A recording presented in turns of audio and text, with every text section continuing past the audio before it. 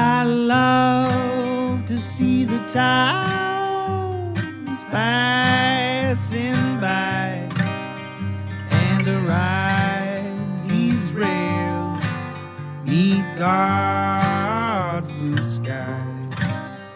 Let me travel this land from the mountains to the sea, 'cause that's the life I believe He meant for me. And when I'm gone and at my grave you stand, say God called home your rambling man.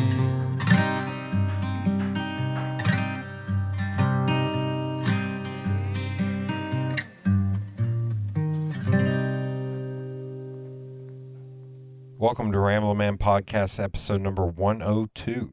This episode is with Frog Greishaw and Benjamin Clingner, and we talk about kombucha. I still cannot say it. Not funny based on how I first heard that, which you will hear shortly. A little behind the scenes, it's kind of funny. I booked Frog and Ben on the show, and then Frog realized that I do design work and had me help them with a label for their company. So a little behind the scenes. Everything's up and up. Everything's above board. I swear to God. That's how we do things here on Ramblin' Man. But if you want to learn more about Frog and Benjamin's business, which is called Frog Juice Kombucha, you can find it online at frogjuicekombucha.com, frogjuicekombucha.com. Make sure to give them a follow on their social medias, tell them Ramblin' Man sent you, and more importantly, buy their product. We appreciate them for being on. We actually recorded outside with a fire pit going, so you get to hear some of nature's backdrop as we record. But I do appreciate them for coming on. Sponsor this week is Feral Giant. Feral Giant is a graphic design, illustration, and social media consultation company based here in Knoxville, Tennessee. Though they do work for clients big and small all over the country, all over the globe, in fact. But they also do photography, videography, video editing, and audio editing, website design, SEO, writing, content development. Hell, they'll babysit your kids if it nets them money. So make sure you give them a follow on social media on either Instagram, Twitter, Facebook, or LinkedIn at Feral Giant. And be sure to give them an email today and hire them for your next project. Without much further ado, here's the episode. So I know next to nothing about kombucha. Everything I knew at a certain point was from Joe Rogan, because he would talk about it constantly. And kombucha, like he pronounced it funny. And then you say kombucha? How do you pronounce? Kombucha. Yeah. And then he talking about, is it a probiotic? Is that true? Thank God, I remembered something. Yeah, I remembered some of the good stuff from Rogan. We won't talk about all the scary shit from Rogan, but and then a friend of mine bought some and started making his own from a kid from Not mellow mushroom. Everything mellow mushroom. Everything. That would be even funnier. That would be mellow funnier. mushroom and everything mushroom, and I don't think he ever did it. I think he tried it and he was like, "This is too hard. I'm not going to do this." I was like, "Okay." It is like having a high maintenance pet. Yeah. For sure.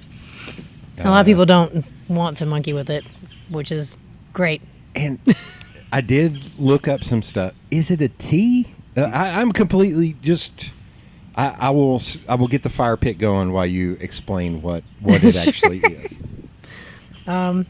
It's basically,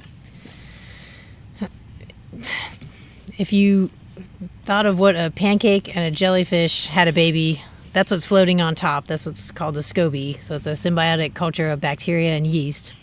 And you feed that sweet tea, essentially. Okay. And then that metabolizes the sweet tea into probiotics and like the base of that's your plain kombucha. Okay. And then people can kind of do it differently. Some people flavor that part by making the tea flavored or whatever. We don't do that. We do a secondary fermentation, which does the flavoring in all of that part. And we don't use any syrups or food coloring or anything like that. We use, like all organic fruits and vegetables and herbs and on the secondary part. And that's the best. You get like more carbonation on that round, and then all your flavors. Yeah, Like, what some else color is that? pickup. Color pickup, obviously, from ingredients, because the acidity from the kombucha will rip some of those colors. This is the dumbest thing. This may be the dumbest thing I've no done such on thing. this podcast. Are the sugars kind of grown up naturally through that, or is there added sugars, or? So we add sugar to the sweet tea that we feed the SCOBY. So we make a sweet tea. And then the sugars in the secondary fermentation would just be from fruit. So the yeast and the bacteria, mainly the yeast, will eat the sugar and produce a little bit of yeast, a tiny bit of alcohol, probiotics, Chloronic are also acid. kind of yeah, B vitamins. being made in this process. In turn, the bacteria that's there is an acidic kind of fermentation, so that will eat the alcohol. So there's some kombuchas out there that are really vinegary. So that's the byproduct of the yeast making the alcohol, and then this acetic acid eating the alcohol and turning it into vinegar. We tend to not have that really high vinegary kind of flavor in ours. We stop it before it gets too tart and I think it's a way more approachable for people to drink. And truthfully, I didn't know what kombucha was before I met Frog. I brewed for 20 years.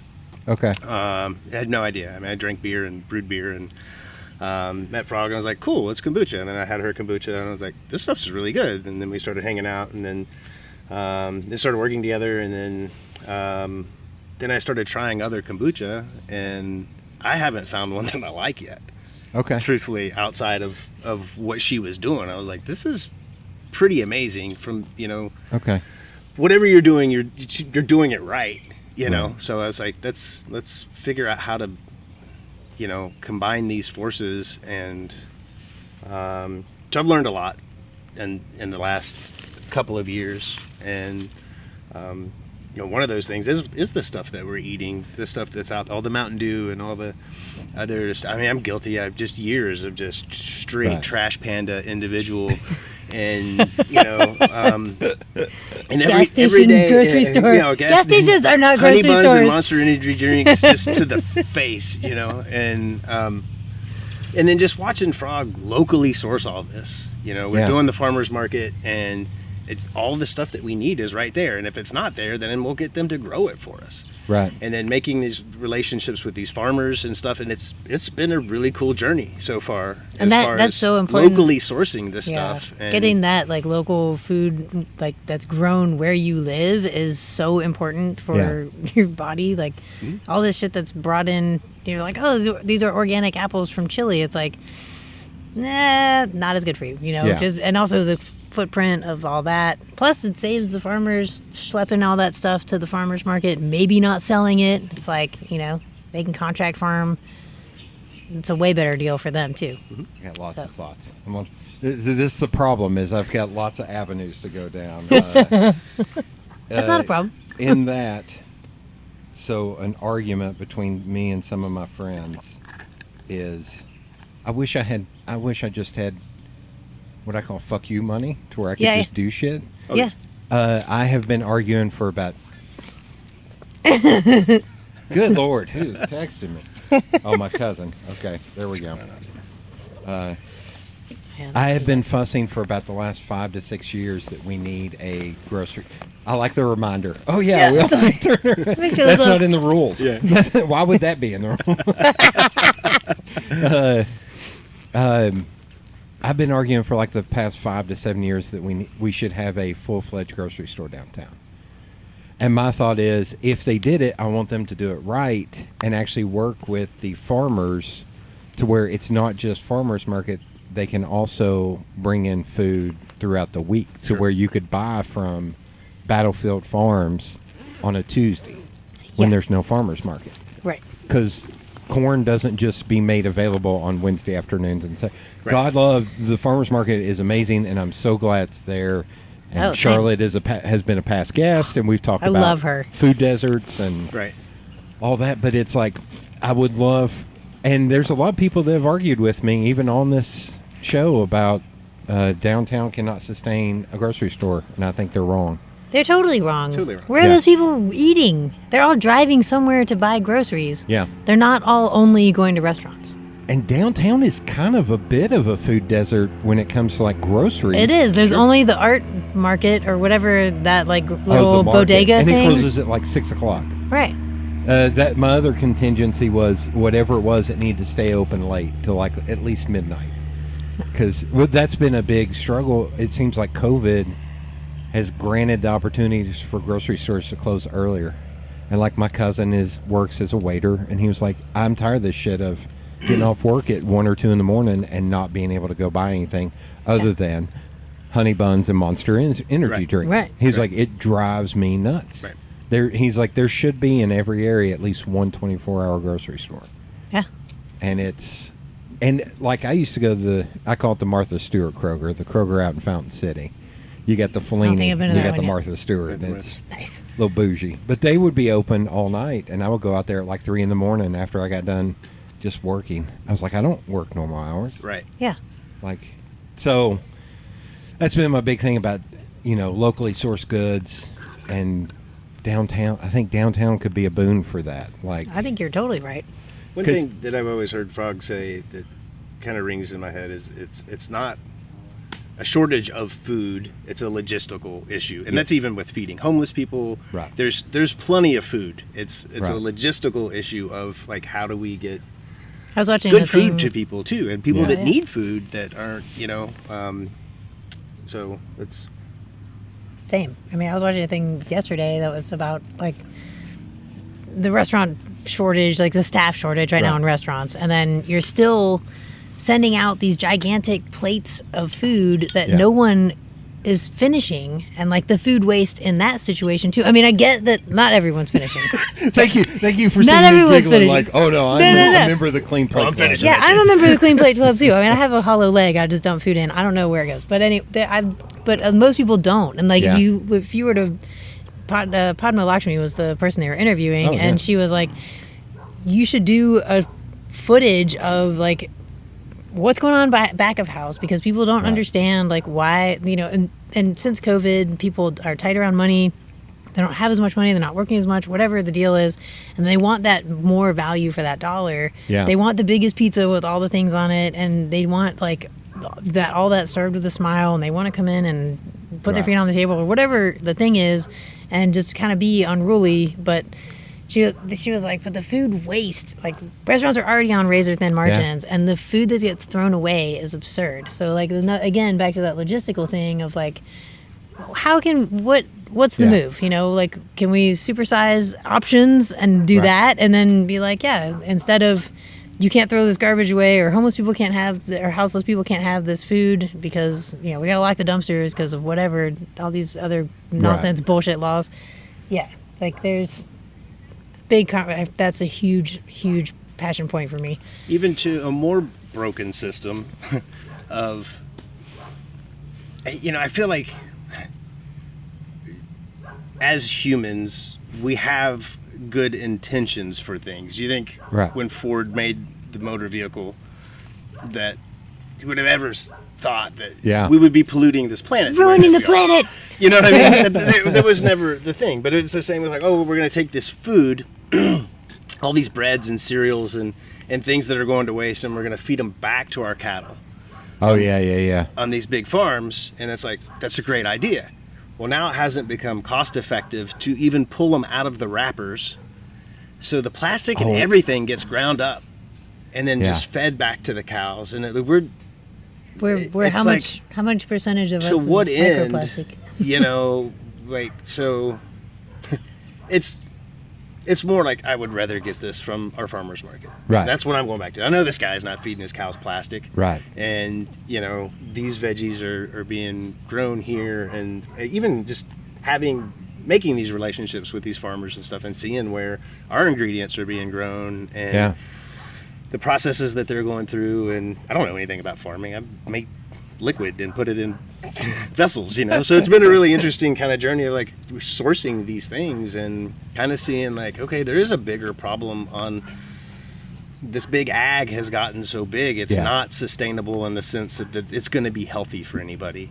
And no offense to your friend in Boulder, but the organic label, are you kidding me? Like, it should be the other way around. Like, you should have to pay to use chemicals, not fine farmers for doing it right. Like, we support tons of renegade organic farmers, for lack of a better term, because it's like, fuck that. I don't want to support that system. Like, yes, you're doing it right. You're not filing a phone's book worth of paperwork because you don't have time for that. Like, that's absurd. Yeah, now that you say that, it's almost like you're punishing people for doing the right thing. Sure. You are. They'll give you government grants so you can do this process, which, I would say we're pretty much 100% organic process. I don't think we use anything that's not.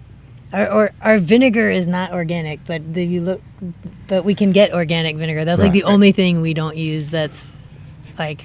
See, I'm on the fence on all this because I will not name names. There's a certain store that is locally to here. There's a market that other people work at as a co-op. Sure. Oh. That I will not name names, but they stopped selling Benton's bacon because Alan Benton was like, I can't guarantee all these things that you're wanting me to check off. Their list is pretty intense. And I was just, when I went in there, I was like, hey, where's the Benton's bacon? Oh, well, we can't guarantee everything is. I was like, well, it was nice knowing y'all, because I'll never, that's the only thing I went in there and bought was Benton's bacon. It's pretty fabulous. It is pretty fabulous. It is. It's. It is amazing. It is beyond amazing. I have an unhealthy obsession with Oreos, and so I wrapped gingerbread Oreos in Benton's bacon last Christmas. I was going to say, I've given it away as gift. There's like Christmas gifts, like Benton's bacon. Oh, Benton's bacon. And they're like, yeah. there was a buddy of mine that moved from here to Austin, and I'm trying to remember. It was like a week before he moved. He's like, okay, what do I need to make sure I take with me? I was like, dude, I know it's not safe or whatever, but get one of those crappy coolers that you can chuck when you get down there, because you don't need to be. He didn't have any more room. And I was like, you need to go and buy as much Benton's bacon as you can. Mm-hmm. I will give you all before you leave. I make my own apple pie moonshine. Nice. Now, I buy... The moonshine is from a source in Dandridge. Okay. Sure, yeah. That I am running out of it because he quit making it, because the TBI or TTF, whatever it is. TTB? ATF, TTB. Yeah. All the three letters. They... Old Smoky and Sugarlands, those are people I'll name, have gotten them to crack down on real moonshiners. Well, sure. Oh, yeah. And it drives me nuts because that guy's moonshine, I'll let y'all smell it. It's like 130, 140 proof. Nice. And it tastes like plain vodka. Wow. I can drink it straight. It's insane. But I then flavor it. I get like organic apple juice, all that stuff. Shit tons of sugar. Tons of sugar. For the apple pie, you got it. You got it. And it is... I get a lot of compliments on it. Heck yeah. Now I can't even remember why I went down the moonshine rabbit hole. I've definitely made some moonshine in my time. I looked into making it myself, but it seemed too combustible. It's very combustible. It's very to where I combustible. was terrified. Yeah. I was like, I'm not putting this shit in my basement. Right. No, it's like until it's I a good can outdoor activity. Until I can make it out here. Wait, not under that tree. Over there. Yeah. In the backyard. Yeah. Backyard, probably in the driveway would be would be fine. Your neighbors would be like, you all get some. Yeah. That's the rule. Yeah. You all get some. You just say you're making essential oils. yeah. Oh yeah. Yeah. Essential oils that you take in your mouth. Yeah, Yeah. you don't rub it on you. They're internal essential oils. It's a new product. Therapeutic grade. Oh my god. Okay. Well, go ahead and ask it. Oh. that's what we were talking about, the grocery store. So there's also, and I will admit this is a client. I'll mark this one off. I have a client that owns 24 convenience stores, gas stations across the East Tennessee. And a lot of them have their own kitchens, or they have a restaurant added onto it. Sure. And he's got this idea that he wants to take one of them as a test market, and all the products in there are all local. And like his big thing is this mega chicken biscuit he's making.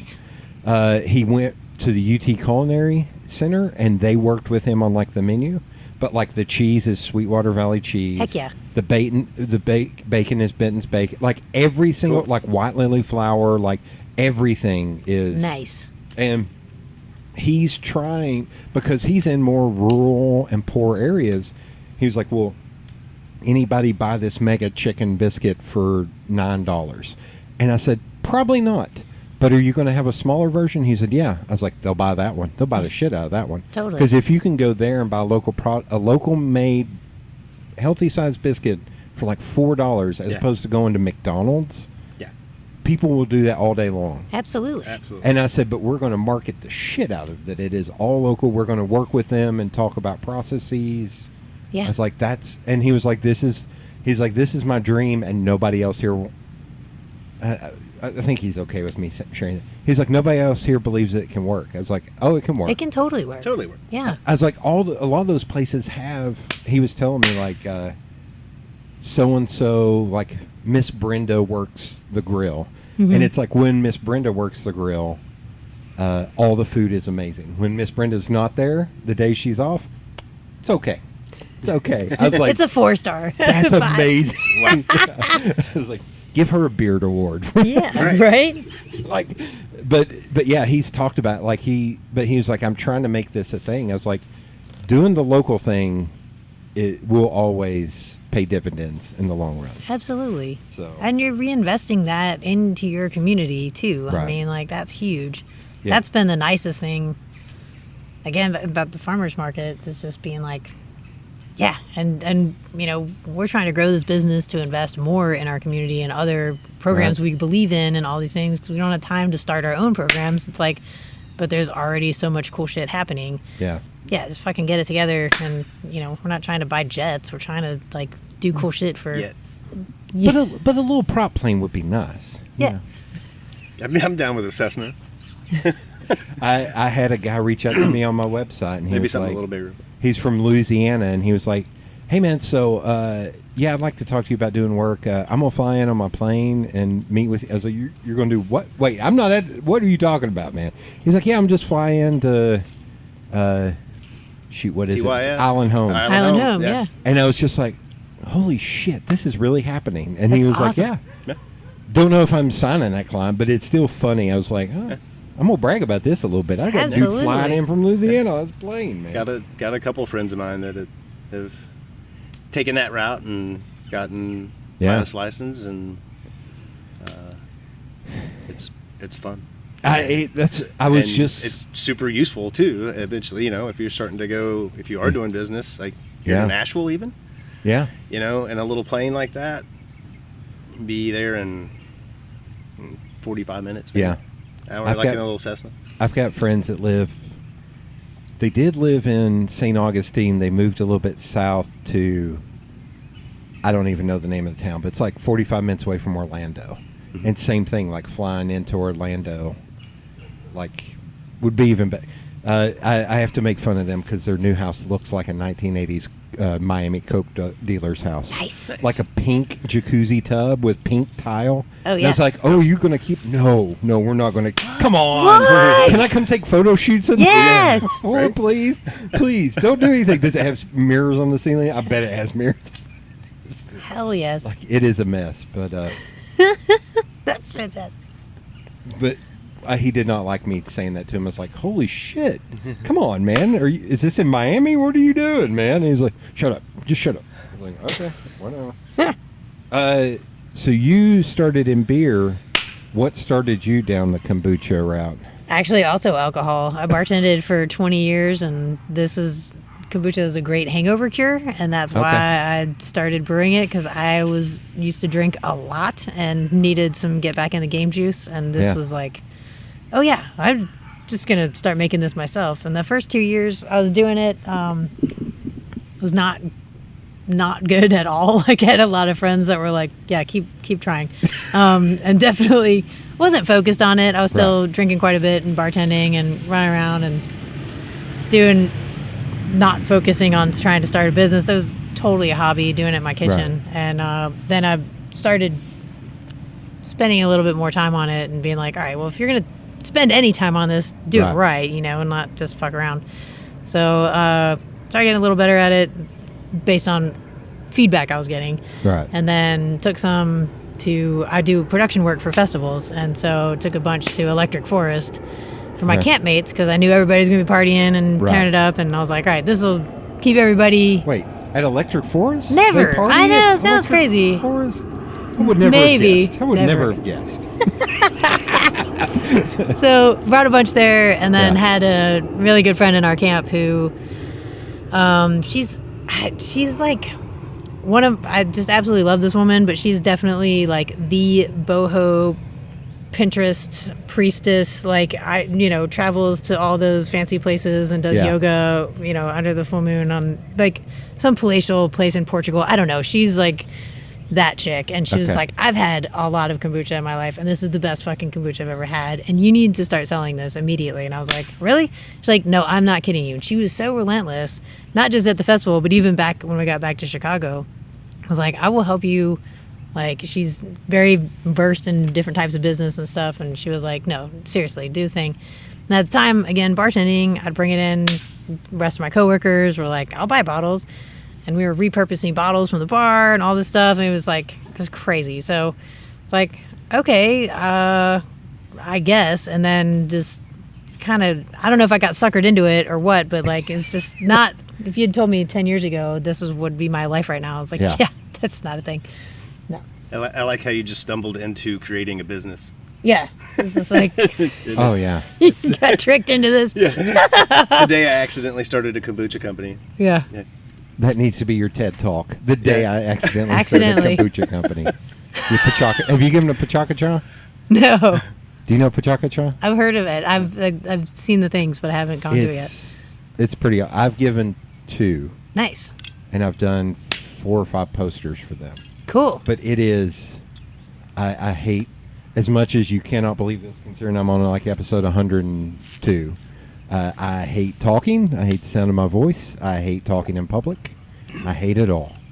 But all I do, the 2 times I've spoke, I've just put Kanye in, because if anybody's going to guide me with self-confidence, it's going to be that man. That man definitely is.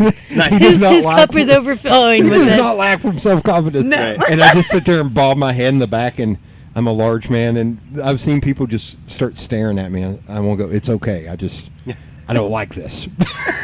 Like, just leave me alone, man. I'm going to be okay, man. And I listen to a lot of comedy, so I've learned, like, how to work in jokes. And so, like, at the last one was at the Bijou that I spoke at, and I don't know if y'all follow MMA, but I mentioned, I was like, how many people know who Chael Sonnen is? And you couldn't have scripted it. Like, it was like crickets in there.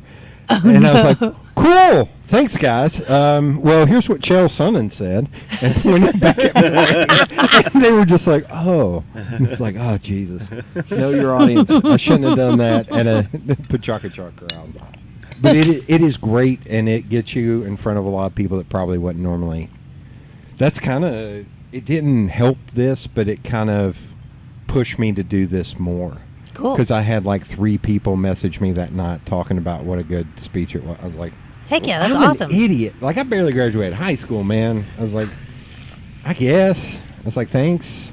I just made fun of myself and made fun of people, and that seemed to work. Right. But it is great. And if you ever want to do one, it's Pachaka Cha is 20 slides, 20 seconds a slide. Okay, cool. And you can be on anything, and they are so looking for people that even if you don't believe in yourself, they will believe in you, because they really need people. And yeah, the last one was at it's usually at the Mill and Mine. The last one was pretty good. There were some pretty interesting people. One of my buddies got up and talked about, he thought this was his brand new idea. He wanted to take unused billboards and hire local artists to do art on those billboards so that people traveling through town can see what art represents that city. And it turns out they do it in Austin. The He was Simpsons like, did damn it. it. It's the Simpsons did it. Every time you Oh, yeah. got a good idea, the Simpsons did it. You know. But he took a job at Washington State University, and he was like, if I was still here, I would still be doing that. And he was like, I'm going to end up working remotely, and when I do, I'm probably going to start getting grant money and shit for that, because I think it's a good idea. It's like, I think it's a fantastic. Why Heck do yeah. you need? Because out of his office, he saw the same Coors Light billboard for the 4 years he worked in that office, and he was like, nobody needs to look at a Coors Light. God love Coors Light, but nobody needs to look at a Coors Light billboard. But You're not wrong. is kombucha considered a health food? Yes, it's considered a functional food. Functional Okay. beverage. It's a functional beverage. Okay. So it has a purpose. Okay. It's a good way to get probiotics. So And B vitamins and B vitamins. So lemon juice is acidic, right? Right. But the way your body processes lemon juice, it makes an alkaline. Your body makes it alkaline. So it's like drinking alkaline water. Okay. In a sense, kombucha has that same kind of effect. Is it the second? Huh? is it the second? It's like the second best source of like an alkaline drink. A lot of people are kind of into that these days. Everything is very acidic. Our body doesn't really deal well with constantly being bombarded with acidity And sugar. and sugar and all these things. So the way that we process kombucha makes it alkaline. Okay. And then the probiotics. And It's that good in your belly. Yeah, To and then- combat and all the then, bad we like to you do. know, if it's hibiscus apple cherry or whatever, then we're getting some vitamin C in there, so, and then you're getting this local produce as well. And then we have, we're going to be doing a line of June, which is I dropped my pen. so June is the raw honey-based version of kombucha. So instead of using sugar and tea to make the base, it's honey and tea. So then you would get those benefits of honey, I guess, as well. But it is. It has to be raw honey. It can't be spun honey. And then June is spelled Jun. So some people say Jun or Okay. I don't know. I've heard it What pronounced. What is spun honey? Processed. Like any clear honey that okay. is like heated up to take it off the comb is Okay. that's been a heat treated honey. So raw honey is either just dripped off of it, and it's not kinetically kind spun. of opaque looking versus. Yeah. Yeah. Ours we get. I haven't been able to find an apiary here yet that can produce the amounts we need for it because it's pretty honey consuming thing, and it's like we're getting 5-gallon buckets at a time from, or multiple 5-gallon buckets at a time, like from my friend in Michigan who's got just 40,000 nooks of bees. It's crazy. But down here, I kind of priced out some 5-gallon buckets, and it was like, basically if you ask somebody, how much would a 5-gallon bucket be if you sold, little tiny jars for $7, they just kind of did the math on that. I was like, yeah, that's not It's not a thing. that's not I a was thing. going to say I may have a connection, but he gave it up. There's a friend of mine that his dad is the oddest dude, and that he would just all of a sudden get into something, and that would be the only thing he focused on, and he would get tremendous at it. Nice. And then he would get bored and give it up. Next. Sure. Yeah. Like he On to the built next. a pizza oven in his backyard before people were doing that, and he learned the perfect way to do it just for shickles. Yeah. He started producing honey and selling it at the farmer's market. It was called Doug's Other Honey because his wife was his honey, Right. Doug's That's amazing. Other Honey, and he was amazing, super nice guy. way out in Halls, like almost to Maynardville. I don't. And he would have probably been a good, but then he got bored with it, so he's just like, okay, I'm done. Oh yeah. I was like, damn it, yours was the only honey I like. Yeah. So I still have one jar with like that much left Oh on it. no. I'm just holding on to it for dear life. Right. I need to ask him. It's like, do you have a case or something you could just, is it taking up room in your garage? Can I just take care of that for you? So the other beverage that we make is called fire cider. Do you want to explain? That? Oh Frog? yeah, sure. It's everything spicy you can think of, steeped in apple cider vinegar for about 2 months. It's antiviral. Oh, this is the 1 ounce That's jar. Yeah. The thing I've been designing. Yes. Holy shit. It's a lot Yeah, of and that information that actually needs to that go on label is smaller than the one that the That's measurements I gave you. hilarious. The actual cover more body on that, but Okay. so it's everything spicy you can think of, steeped in apple cider vinegar for about 2 months, and then it's antiviral, antibacterial, anti-inflammatory. It is the shit. It's definitely probably the only reason I didn't get COVID last year was that I like stuff. that the last ingredient is science. Science. And I know. You almost have to say science. Yeah. Wish it had like a microscope. It would be Yeah, just like a like cap. a cap full. Not the whole shot. Not the whole shot, just like a cap. Just like a full. little bit. I mean, you can Oh, just God, do I like can a little. smell it. Oh, Yeah. yeah. God. Oh, you, yeah. just, you just take a little nip off of it. There's also a functional beverage, so there's a lot of stuff in there that, like Frog said, there's everything spicy you can kind of think of, steeped in apple cider vinegar, Okay. and it'll open I up the have a very lungs. high tolerance Yeah. for heat. Oh, good. That- Nice. That's good. Nice. So, opens up the respiratory, and we take it before every farmer's market, and Before doing deliveries it'll and give you stuff a like little, that. Little Like- kind of pep in this, step. But that's a functional beverage too.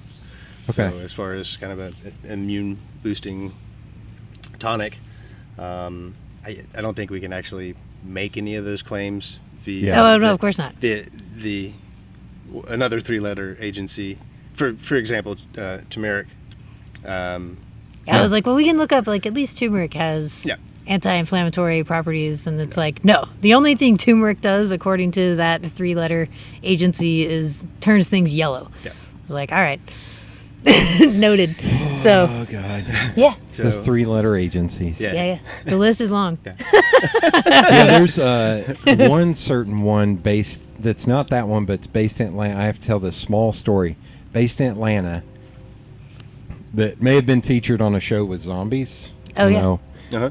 about diseases, maybe somewhere. Sure, in there. So a friend of mine, all of a sudden, like he couldn't feel the left side of his body, and he was having where he couldn't function, he couldn't do anything. He went to a bunch of specialists. He went to one in Florida that says, we think you have X, but we won't know until 6 months before you die. Thanks. And he was like, that's how it is in men. He was like, awesome. So they kept looking up, and they finally found, him and his wife found a place in Springfield, or right up north of Springfield, Missouri, that guy was a specialist, and it turns out it was Lyme disease. Oh wow. And what that guy has figured out, that 90% of issues, like even gluten intolerance, is a variation or, muscular dystrophy. No. What is it Michael J. Fox has? Oh, yeah. MS. MS. Yeah. That some forms Sclerosis. of MS, Yeah. Multiple sclerosis. Some forms of it are a variation of Lyme Oh, disease. no, he's got Parkinson's. Sorry. Parkinson's. Yeah. I think all of them. I think what Yeah, that makes doctor- sense. Like all those types of. It's all in the brain. Yeah. And he figured that out. Every time he writes a report and publishes a report, he gets sued by that 3-letter agency for putting out false information. Oh, yeah. And it's keep it going. It's how many people are remaining sick? How many people are dying because they're hindering like that special? And he's the only one. Sure. People come from like Norway to visit that guy. Right. Nice. Like it was insane that my friend was lucky enough. He took this insane regimen of pills to where he had to take anti-malaria pills. He had to take 2 different ones. He would take one for 2 weeks, and then his body would get used to that, so he'd have to switch to another one. Sure. And I was like, "Is that having any effects?" He's like, "Fuck yeah, dude." Right. He was like, "It's tearing up my liver and my stomach, but it's curing me." Right. And then the minute he got cured, or he got healthy, he was like, I would start telling him things he told me. He was like, I don't remember any of that. He just had like 2 years where he did not remember anything. Wow. Yeah. And it's come back, and he's taking more medicine but he was like, this is just going to be the rest of my life. I'll get rid of it for like 3 years and then get right back on the pills. Yeah. So, I have a but friend yeah, that got the that wrote three-letter agency, hearing him do that, I was sitting there shaking like, who's saying this is? Can you give me names? Right. I can drive down to Atlanta. I'll just start knocking on doors. Take I'll a start baseball bat over there. No, I'm a big boy. I don't need. I have my grandfather in me. He. Good Lord, this is Ramble, man. Since y'all didn't listen, this is how it goes. So my grandfather was born in like 1917. He was 6'2", so he was big for his age. 3 boys. One of them got bit by a dog. The kids in that house sicked the dog on my youngest uncle for no reason, because they were coming in there. I don't know. So my grandfather worked for the railroad, worked at night. He was trying to sleep. My grandmother was out, and the boys had to wake him up and tell him what happened. He drove them to the hospital, all 3 of them. They got fixed up. On the ride home, he was like, which house was it? And they showed him. Pulled up to the front of the house. They saw him get out of the truck, walk up to the front of the house, his 2-story house, and they said he hit the frame of the door so hard that you could see the windows on the 2nd floor shake. And I was like, holy shit. So every once in a while I was like, oh, I've got that in me. I'll go down to Atlanta and take care of some people. Yeah. I may need bail money, but I'll be down there. So Nice. yeah, again, it's all off the rails, this podcast. So now that I have that as what does the process look for the 2 different products, for kombucha versus the fire cider? Way different. Yeah. Okay. Yeah, for the fire cider, I mean, we're basically taking those veggies and mincing them, basically. Shred them. And then just steep it in apple cider vinegar for about 2 months. Okay. No, you gotta There's strain obviously, everything. as the label says, there's science in there. So much science. Just checking pH level. So we're really fortunate with the product that we make. We don't have to use preservatives. We don't have to. Yeah, apple cider vinegar is a natural preservative. It's a natural preservative. And so is 'cause kombucha too, really. It stays in this pH range. So even during so that it does have in common. So we just kind of keep an eye on that pH. As long as it stays there, we know nothing else is growing. So in that pH range, there's no pathogens that can grow. So Okay. there's no botulism would be the biggest one for something like that. And then the same with the kombucha.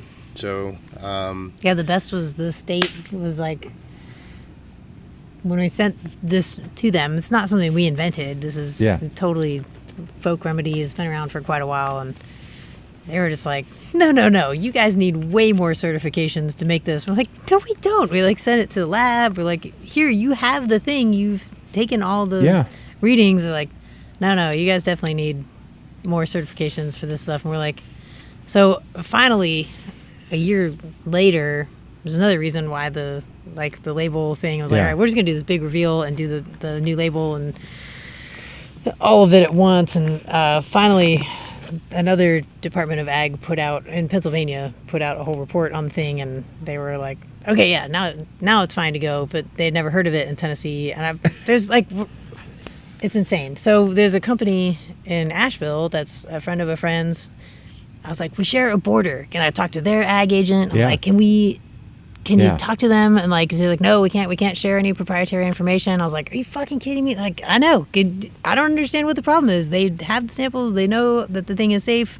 We don't understand. I was like, so waiting for something to finally drop, and not to be shitty. I mean, it's just one of those like, I didn't understand food safety. Please, like, make everyone stay safe. But like, seriously, you already have the thing. Right. I don't know. I can't go down the negative rabbit hole. They've got school boards to disband, and they've got health people to fire. They don't have time for shit like this. Yeah. I know. Shit that matters. No. They have time to let you not do shit like this. Yeah. That's the thing. I've told Frog too, is like, nobody's ever going to have the sense of urgency about our stuff That we do. that we do Right, about our right. stuff. Like that's just kind of how that. Come goes. on. We're Yeah. we And you get it. You're on Team Get Shit Done. That was so refreshing to be like, yeah. thank you. Oh my God. Yeah. Yeah. We are definitely a fan of Team Get Shit Done. Dude. Well, And- every client that comes to me goes into one of two buckets. I've got another one right now that I am not Team Get Shit Done for them because I'm like, no, you will wear me out. Like getting texts at 9:45. Hey, I just checked the proof and I'm sent you back stuff. I was like, okay, cool. I was like, when is your event? The end of November? You could have waited, motherfucker.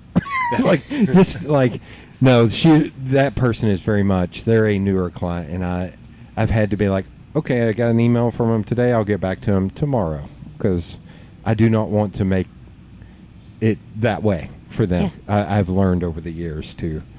Some people need to get spread out a little bit more. Sure. Well, some people need more time to figure their shit out, Yeah. too.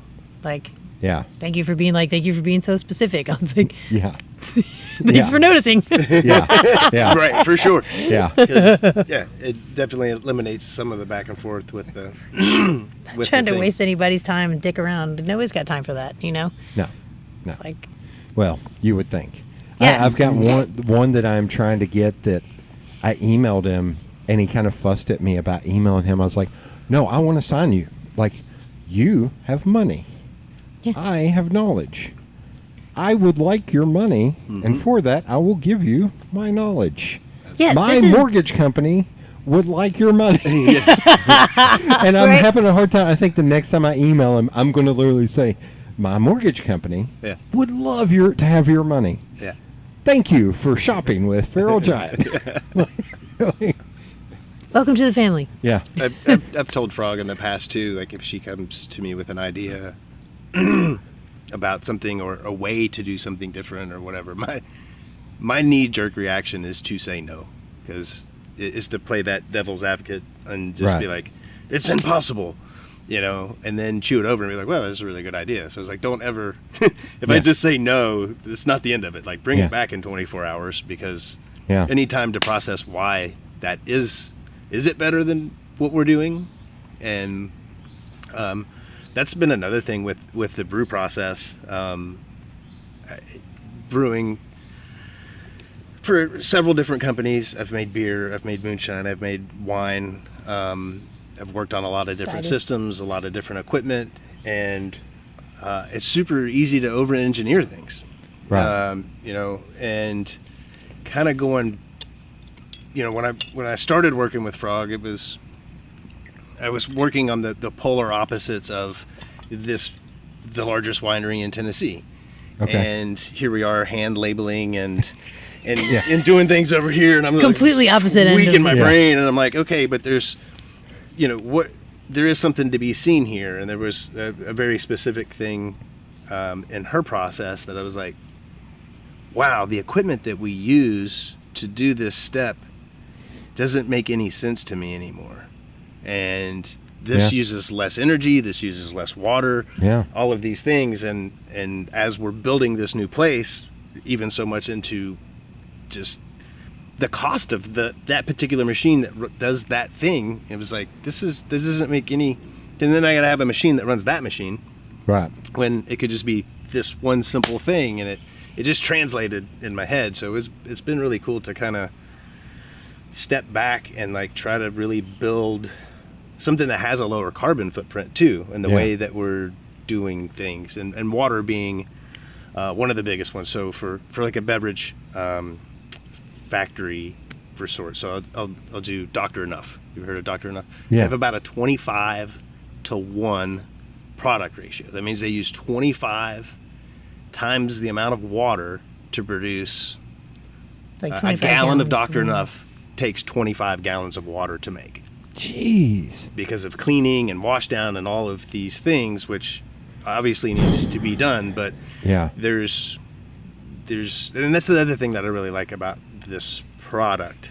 It enables us to do what's a continuous fermentation. So we clean a fermenter really, really well, and we put the yeast and the mother culture in there, and we fill it up, and then we never completely drain that tank. It'll always have about 30% liquid in it. Okay. So we'll pull some kombucha off of it, we'll flavor it, and then we fill it back up. And that actually, it gets inspected, and then, but if it's...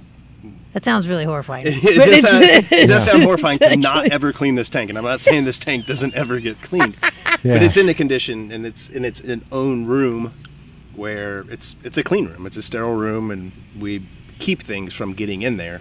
Yeah. If something were to ever get in there, then that fermentation would be done. It would be retired. We would drain it completely. Yeah. Clean You it compare that to thoroughly. beer. But that process alone of having to continually, in between each fermentation, just clean that tank actually adds up. And, So much water. So much water.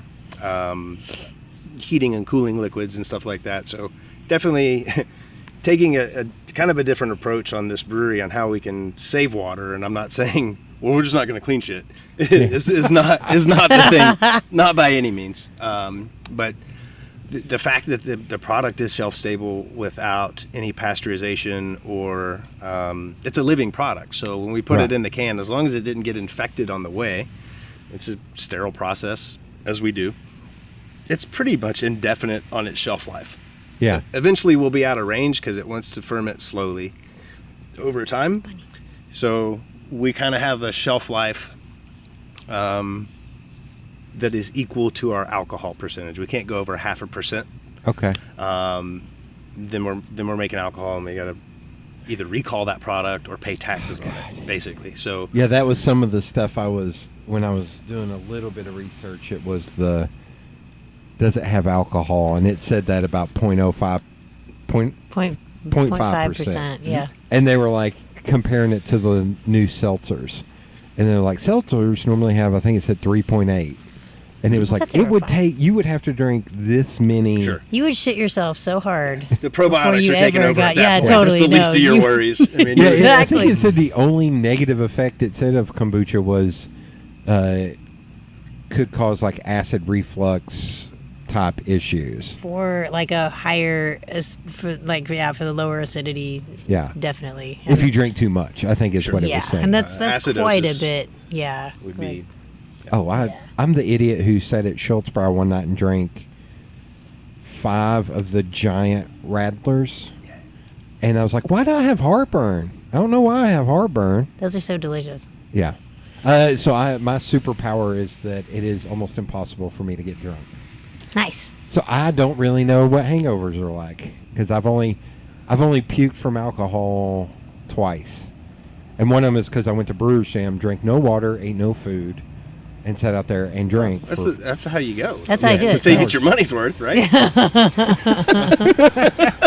And then the other one was I ate no food and drank an insane amount of shots.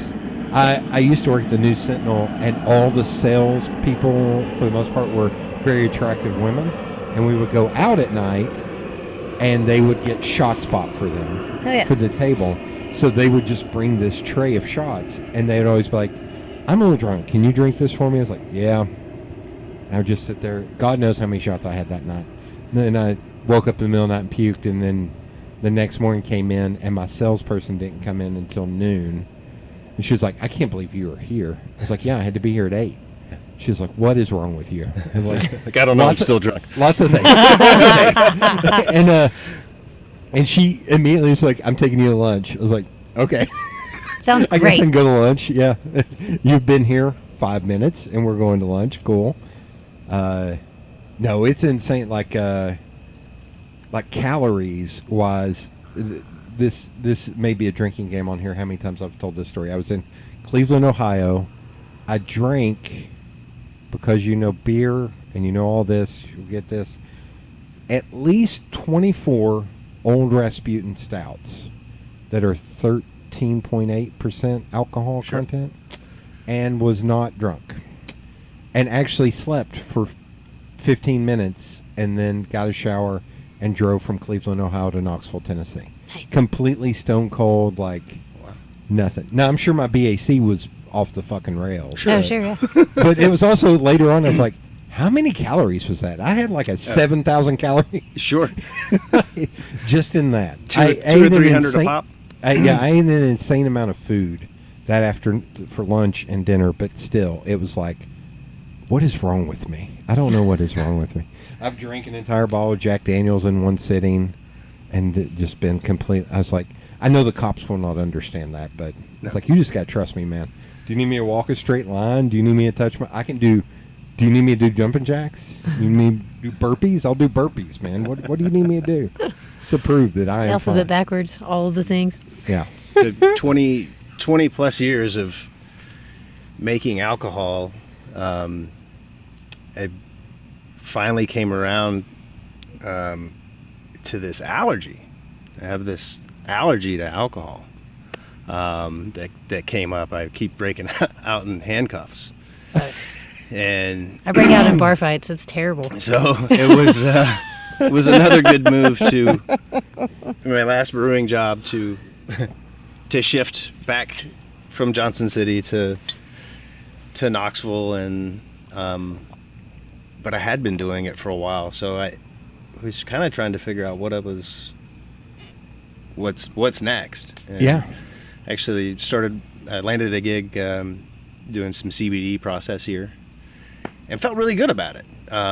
You know, it was, even the last maybe year or two making alcohol, I wasn't drinking anymore. It just, I don't know. I think the whole thing just kind of ran its course. And I was just like, I want to, a couple times in my career, I felt like I was contributing to bad things by making alcohol. Right. And I was like, no, you know, that what people do is their choice. But then eventually it did come back around, and it was like, but I don't have to load the gun. Yeah. So I landed the job making the CBD, and I felt really good because I was like, wow, I feel like I'm actually using some of this knowledge. It was pretty linear in some of the equipment, and I was learning a lot. Didn't know anything about cannabis or cannabis production. But I felt like I was making medicine, and it was a really good shift. That kind of fell through. Was still helping Frog a little bit, and then it ended up at the winery, and great people to work for. But they'd still be like, all right, yeah, it's, hey, you want a drink? Or we're going to go, let's meet up for a drink. Or, you know, just constantly like, hey. Yeah, definitely being in the industry, it just didn't, it wouldn't resonate. You know, they would hit some kind of milestone at the winery or something, and then Champagne's going around. Champagne's coming around at noon, and it's like, oh, everybody has a drink. And I'm like, I don't drink. I'm like, what? That's how I felt. We've had this conversation 15 times. I still don't drink. They're like, but you work here. I'm like, right. Like, I bartended in Chicago forever, and then when I quit drinking probably like 2 years before, at least a year before I quit bartending. And the last bar I worked at, definitely, that was the one that broke me. I mean, 20 years of bartending, you can imagine, you've probably seen it all, and in all different types of bars all over the place. And I'll tell you what, that last one was just such a machine.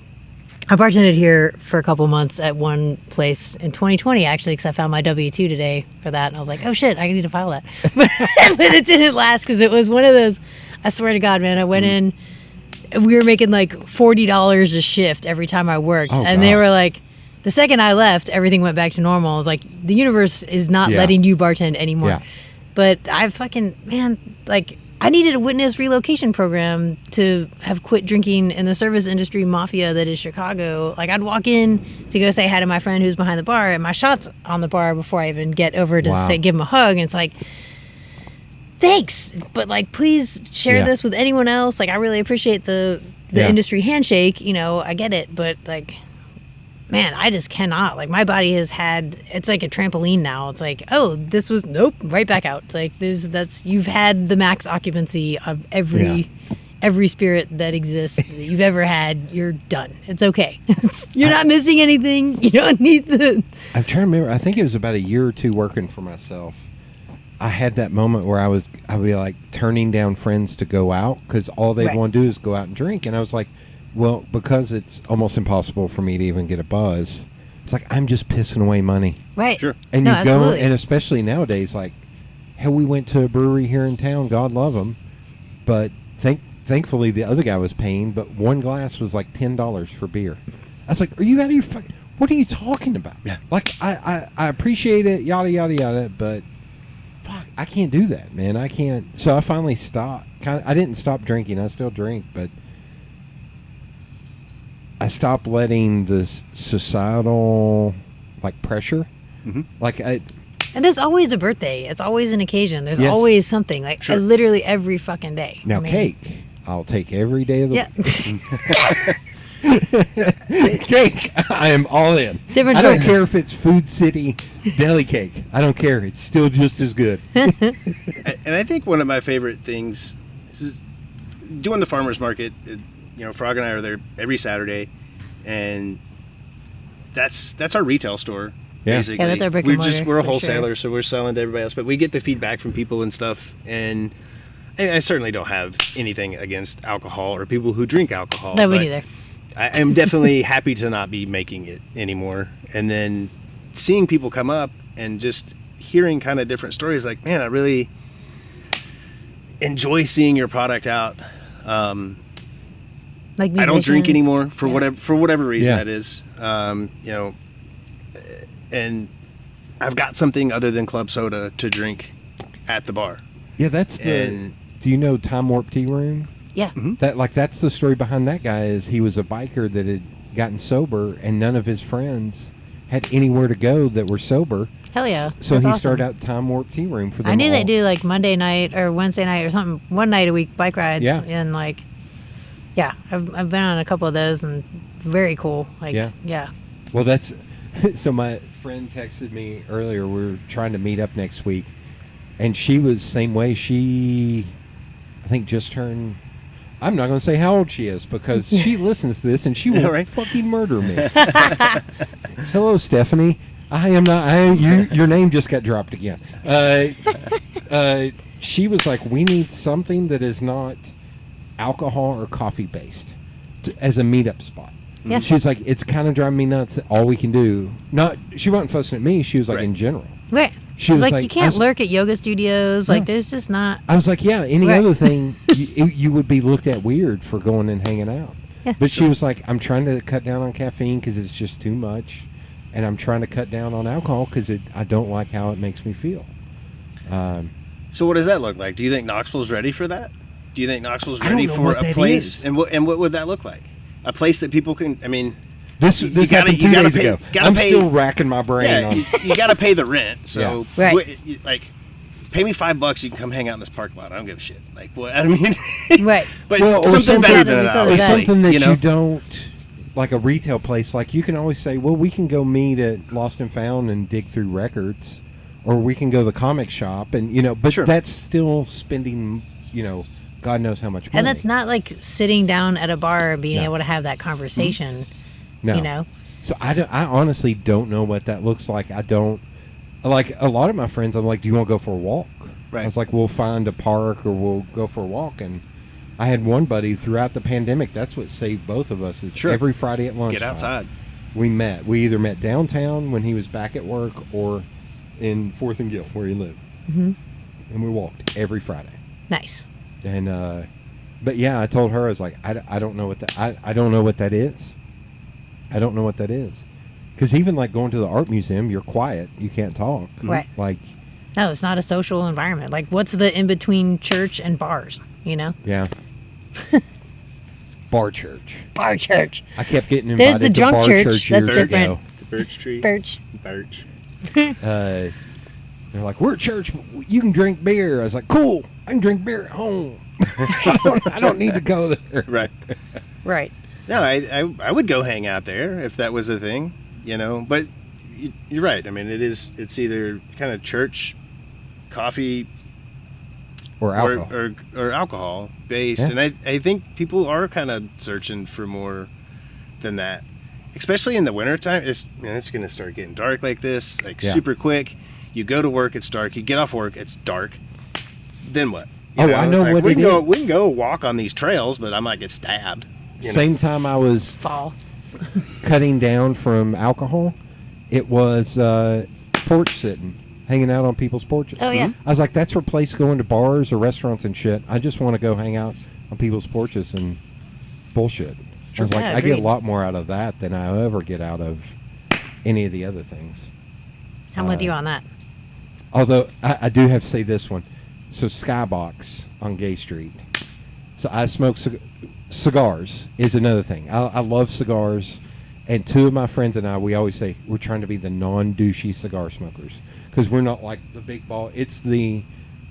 it kind of saved me with one job because my friend lived 100 yards as the crow flies there. So every day after work, I'd go over there and we'd sit there and smoke cigars and just bullshit. And it saved my sanity because it made you stop. You Sure. couldn't do other shit while you were doing it. Yep. And also, it's a very communal thing. And one of the episodes of this was me talking about making friends in cigar shops and bars. Like, I know it's 2021. Maybe this is a sexist statement. I feel like that's a very dude thing, like of just striking up a conversation in a bar or a cigar shop. Yeah. And I was like, It's like a hell, I- bathhouse kind of like, I mean, I know that has a different connotation as Yeah. well, but I mean, like, as far Yeah. as like Nice cock. from a different time era though, where that Yeah. was like, that was the cigar shop, you know? That's what we need to bring back, bathhouses. Yeah. Well, I think That they never left. They just kind of changed Yeah. connotation. I like where we were going there, though. now. Is, The is, bathhouse has been skirted. is definitely advocating things that make us present, Yeah. that bring us into the, because there's definitely a couple of things that I enjoy doing that put me present, but Yeah. you know, we can't live too far in the future and in the past. Like, we're supposed to be in the present Right. and doing things in the present. Oh, the amount of stories I can tell about people I've met in like Detroit, Chicago, New York, in cigar bars or cigar shops, and the stories I've heard, and I met some dude when I was at one in New York that he said it was so crowded in there, he and I were just shoved in the back, and he's sitting there and I'm sitting there, and all of a sudden we start, because what is it? I can make a friend with a wall. Like, I just don't give a shit. I'm like, nah, I'm just going to have fun. I'm here to have fun. Yeah. And I started talking to him. It turns out he was getting his doctorate in philosophy or something. And he emailed me his doctorate. And then he also played trumpet in a jazz band. And he invited me out to Brooklyn at like 3 in the morning to see his Hell yeah. jazz band. Well, the only problem was I had to be at Newark Airport at 5 a.m. And I was like, this other... Yeah. If they weren't in the other direction, Right. if I could have gone on my way, I was like... Or if I had known. Sure. But it was awesome. Just meeting that dude and talking to him, and then meeting two old-timers that were talking about how New York was changing and how now when they put up a new building, you cannot smoke in it. Mm-hmm. And he was like... One of the guys was like, I find that really kind of wild. If I paid $3 million for a condo, and you're like, you can't smoke in here. He's like, I can do whatever the fuck. I paid $3 million. We're going to do a lot weirder shit It's in like- here. Yeah, exactly. Than smoking's going to be Back the to least that of your fuck you worries. money. Yeah. If you got that kind of money, you're definitely doing some weird shit in there. Yeah. Like whatever the fuck you want. And then one of the other guys lived out in the Bronx, or no, not the Bronx, in Brooklyn. And he said it was getting so overrun that he was smoking in his backyard, and his neighbors started fussing at him about smoking. What? And he said then he learned that they went and tried to make it to where you could not smoke in adjoining back outside. I was like, what the fuck is wrong? And he was just like, that's why I'm here, because it Yeah. pisses them off, and I'm just trying to keep them off of my ass. Sure. And I was like, motherfucker, man, okay. And I think I looked at him and dipped into the southern accent. I was like, I think you get shot if you tried to do that in Tennessee. Yeah, They no would doubt. shoot you for doing that. I used to smoke really fancy cigarettes, and there's Chicago. The only place I could buy them was cigar bars, so I'd always Yeah. go. And it was great. Like there was one right next to the bar where I used to work, and I always walk in there. I was like, "Hey, what's up?" Like, and there's Yeah. but it was always men in there. But they were always like, "Hey," like first couple times nothing, Yeah. but then you start getting your crowd in there. Yeah. It's awesome. Like it's such a that's kind of reminded me of that. It was like, yeah, this is kind of different type. The sauna. I don't know, Yeah. different kind of sauna. Well, and it's kind of wild, and there's a lot of cigar shops where it's, I think, and do you know John Stansel? Do either of y'all know John Stansel? Can't say So that. he owned Park City Cigar that was in Merchants of Beer. Okay. Nicest Okay, guy in yeah, the yeah. world. Best guy in the world. If you ever want to shoot the shit and talk stories, like he's from Memphis during the Nice. days of Stax Records and shit. Oh, cool. Like he's told me so many stories. Best guy in the world. But he and I started talking one night, and I was like, the business side. I was like, what percentage do you think are just people who are full of shit and are just getting a cigar because I'm cool, I'm getting a cigar. And then people like, there was a group of us. And he was like, y'all are a very small percentage. He was like, the amount of people I get coming in here don't know shit. And he was like, and usually it depends on how they come at me on whether I'm just like, I'm going to sell you a cigar, an expensive cigar, and get you the hell out of here, or I'm actually going to teach you how to smoke a cigar. And I was like, fuck, that's a great way to look at it so you don't get completely burnt out. Yeah. Sure. And I noticed that in some cigar shops I've went into, they're like, can I help you? Like, kind of getting hard. And I was like, no, man, I'm just looking for this. You know, I've had this, and I know to rattle off like 3 different kinds. And I literally watched the dude at Smokies go, ooh, oh, well, have you tried? Like, he got all You're one of excited. the ones. Yeah. That was Dave at Smokies. He was just like, oh, you know what you're talking about. And I was like, yeah. The cigar unicorn. He's the one I've been waiting for. And it was Rocky Patel has a place down in Naples, Florida, that is the douchiest place you'll ever. Oh wait, you No, pointed. I was just agreeing. It is the douchiest place, and my coworker went with me, and I will say, their aeration in there was so good, because she said, I'll come in there, but the minute it starts to bother me, I'm leaving, because she doesn't smoke.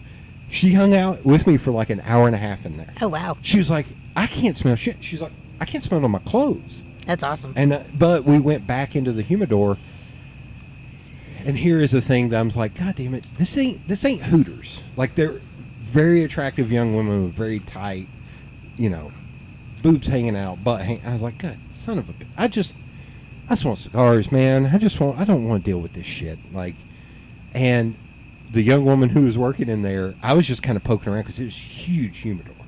And finally, she's like, "Can I help you with anything?" I was like, "No, I'm in from Tennessee. I'm just checking out." She's like, "Oh, okay, yeah." And then I would see the douchebags come in there, and her almost having to put on a face. Yeah. And then the minute they walked out, she would take off that face. And finally, she came up and she was just like, "Have you seen this one? Have you?" Like, it was the unicorn thing. She was so excited to have somebody that wasn't trying to grab her ass or impress Yeah. her. I was like, I mean, no offense, I don't give a shit. I'm from Knoxville, man. I'm not down here for this, man. Right. Yeah. I'm literally here for this. Like, you don't have to do this shit for me. Like, and she was so that we spent like 30 minutes in that humidor just talking to her. Nice. And my friend was just like, thank God there was another woman in there. I was like, yeah, it can be a sausage fest. That can be the bathhouse. I'm gonna start saying bathhouse instead of Yeah. sausage fest. Nice. Remember being in Ybor City and watching them hand roll. Oh yeah.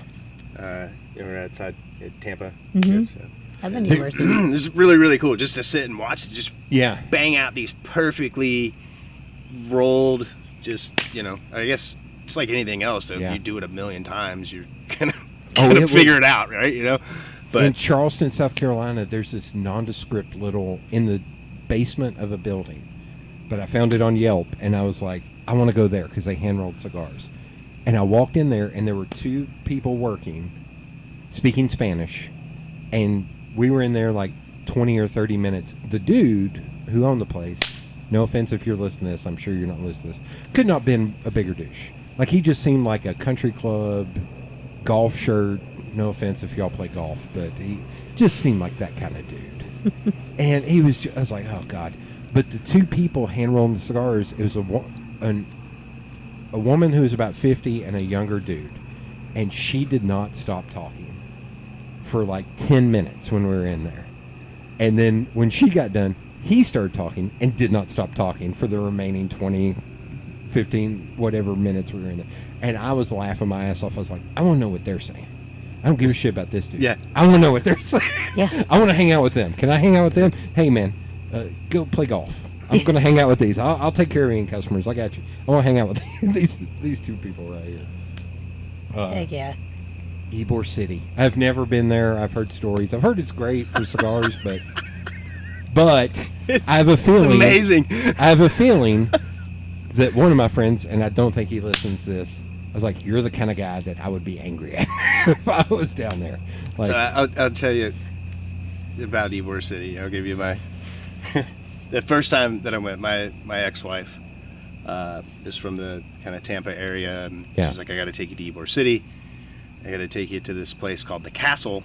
Ybor City is apparently Tampa area is apparently the birthplace of goth for What? every emo kid you've ever seen, man. That's like the Mecca apparently. So shit, she's like, I gotta think take. that's where Marilyn Manson's from. Is from Tampa. Sure, I wouldn't doubt I it. wouldn't doubt Right? that. So she's like, I gotta take you to this place called the Castle. So we're like bar hopping all day. I mean, we're day drinking, you know, and we finally roll around to get into this club, the Castle. And we're waiting in line, and this big stretched Hummer pulls up. I'm a kid from Jefferson City, Tennessee. I was born in Cincinnati. We moved here when I was 6. I grew up in Jefferson City, right? Yeah. So, I mean, that's pretty much the extent of me being like 21 years old in Ybor. Yeah. I hadn't seen much outside of that realm of Jefferson County, Sevier County, Yeah. a little bit of Knoxville. And this big stretch Hummer pulls up, and this chick steps out with these huge thigh-high, you know, like 5-inch stiletto heels, Oh my god. this leather bikini thong bottom, and then like literally a belt over her nipples, right? She steps out of this thing, and I was like, huh, this guy's already like going for the velvet rope thing to let these guys in. And then she's got this leash, this big chain, and this dude comes crawling out of the back of the Hummer, basically naked. He had a thong on, ball gag. He had his mask on, and then his leash, and then they just walked. And he crawled in. She walked him in, and you know they opened the rope, and they went right in. And I was like, "Well, yeah, clearly, this is where I need to be, right?" Yeah. So Oh my God. I'm like, this place already kicks ass. Well, I haven't even got in yet. You know, this is amazing. Like, what? You guys are doing it right. I don't. Yeah. This is. So we get in, and just black light situation. The bar's got this huge crack down it, and it's got dry ice running through it. And it's all backlit with LEDs, and so I get a beer because I don't know anything. Yeah. I'm like, I don't know things. Give me a beer. So I get a beer. Finally start making my way to the bathroom, and this guy comes up to me, this massive martini glass, and he was like, "Do you want to go to the bathroom?" And I was like, and this guy has flip-flops on and a tan thong. That's it. I thought he was completely naked when he came up to me Oh at my first. God. And he just comes right up to me. I've been here for, a couple sips of my beer. It's like, "Do you want to go to the bathroom?" And I was like, well, I mean, I do need to go to the bathroom, but I don't think it needs to be like us going to the bathroom kind of thing. It's like, well, I'll show you where it is. I was like, okay. So Oh my God. started conversation with this guy. And I was like, this place is pretty amazing. And he was like, this is my favorite place. He was like, I can fucking be as weird as I want to be. He was like, if you saw me 3 hours ago wearing my suit and tie and going to my job and doing the, and I was like, okay. And he was like, yeah, this is I get to do me. Get to be me. Do the thing. And then I was like, okay. And I was like, well, it went from like, hey, do you want me to jerk you off in the bathroom to just this conversation of that's not going to happen, but I will tell you about this place. And there's the third story, and you need to go up there because that's where all the cool dancers are and all this shit. You get up there, and there's this guy in a full pinhead costume, just like, Oh like, my God. what? And it just kept going the whole night. And I was just like, yeah, this is not Jefferson City, Tennessee. Welcome to Ybor City. And I was just like, my wife at the time, I was just like, thank you. She's like, yeah, you totally needed to kind of get out of the shell of whatever you think the world is in this thing. But that was my first Ybor indoctrination, I guess. Although, so if you're from up there, it's also interesting telling people about Sevier County before moonshine and all that shit hit, and how disparate and just empty it was. Yeah. and how, like, I still remember there used to be this museum, and their claim to fame was they had Buford Pusser's car, his sheriff's car, in there. And we went to it, and it was this nondescript building on the way. And now it's probably the Titanic or whatever it is now. I was like, oh, yeah, y'all should have seen this shit like 30, 35 years ago. Because it was... Oh, popcorn's rolling in his grave. Oh, don't get me... Oh, man. I know. Popcorn. Yeah. He's... yeah. Yeah, I have tried... I hope you did not make his moonshine. His moonshine is terrible. His moonshine is great. The shit in the Jack Daniels bottle is terrible. Right. Yeah. And please tell me you did not. No. Okay. I've got to hang out with him a couple times. Oh, really? And yeah, he's a gritty old racist. Oh, that not great individual, truthfully. I mean, he's that video on YouTube of him and Johnny Knoxville is one of the greatest. Like, what the fuck? I was like, yeah, this is what everybody outside of here thinks we all are. It's like this guy, who's like 50 in this video and looks 80. Right. Right.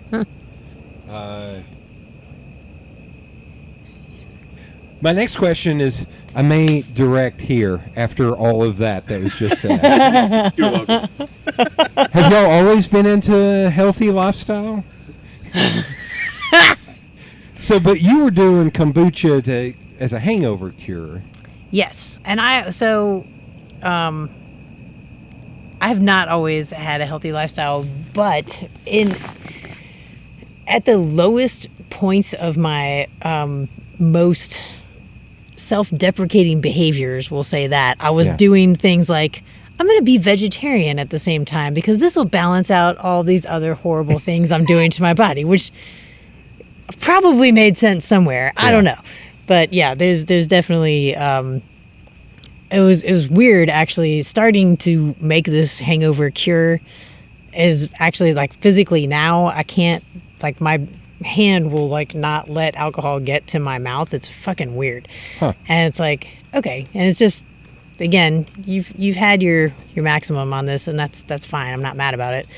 I do miss, like, I've opened all these really amazing cocktail bars in Chicago, like the Violet Hour, which is like the first James Beard award-winning cocktail bar, which was like the biggest thing there at the time. You know, like, I opened that place and it was like this whole wall of just this apothecary of all these fucking magical elixirs. I'd walk in and all my friends were there, you know, like, hey, drink me. Like, it was, you know, I was really entranced by it and loved the stories behind all these really special liqueurs and all this weird shit, and loved that whole industry. I went to Tales of the Cocktail in New Orleans. Wow. Like, who thought to put an international cocktail convention in New Orleans in July? Are you fucking kidding me? Oh, like, geez. you're just sweating just straight alcohol. I was like, yes, no. Like, you're already underwater, and then you're just consumed with just liquor the whole time. Just it's pouring out. It's just crazy. So I just really, it was wild. Like, and then during, like, when I was only drinking and versus all the other things I used to do, it was like, oh, well, since I'm only drinking alcohol and smoking cigarettes or whatever, like, because those were just kind of normal, not problem things. You know, I'd be pounding cheeseburgers because, hey, you need that grease to, like, kind of offset all this other stuff. And so, yeah, there was definitely a lot of periods where that was not the focus. But I'm super, again, getting into this industry accidentally, for lack of a better word, I guess, really did turn that around. And it was like, yeah, you need to stop all of that. Like, and I used to have, when I was a kid, be like, yeah, you're not going to live past 26 or 35. Like, those numbers kept changing.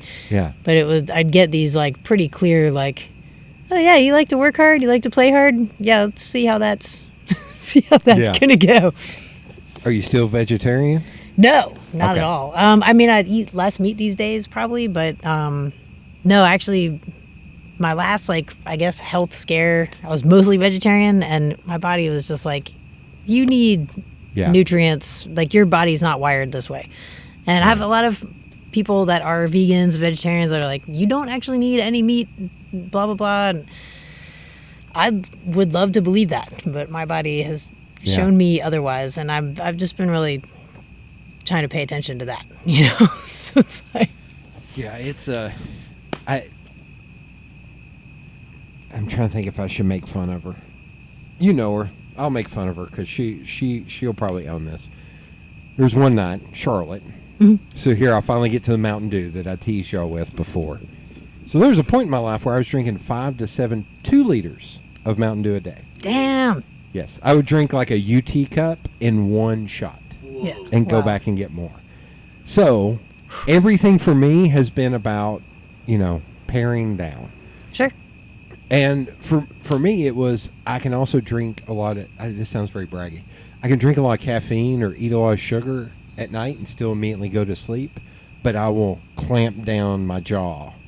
Sure. And there was one time I went out to Cardin's and got a milkshake. Rest in peace, Cardin's, because their peanut butter milkshakes were the shit. Yeah. But I got a milkshake at 11 o'clock at night, drank the entire thing on the way home, went to bed by midnight, and woke up and could not open my mouth for like a day and a half. Because all that sugar just ran right into my jaw. So it's all, but there was one time Charlotte was having a party. She had been imbibing.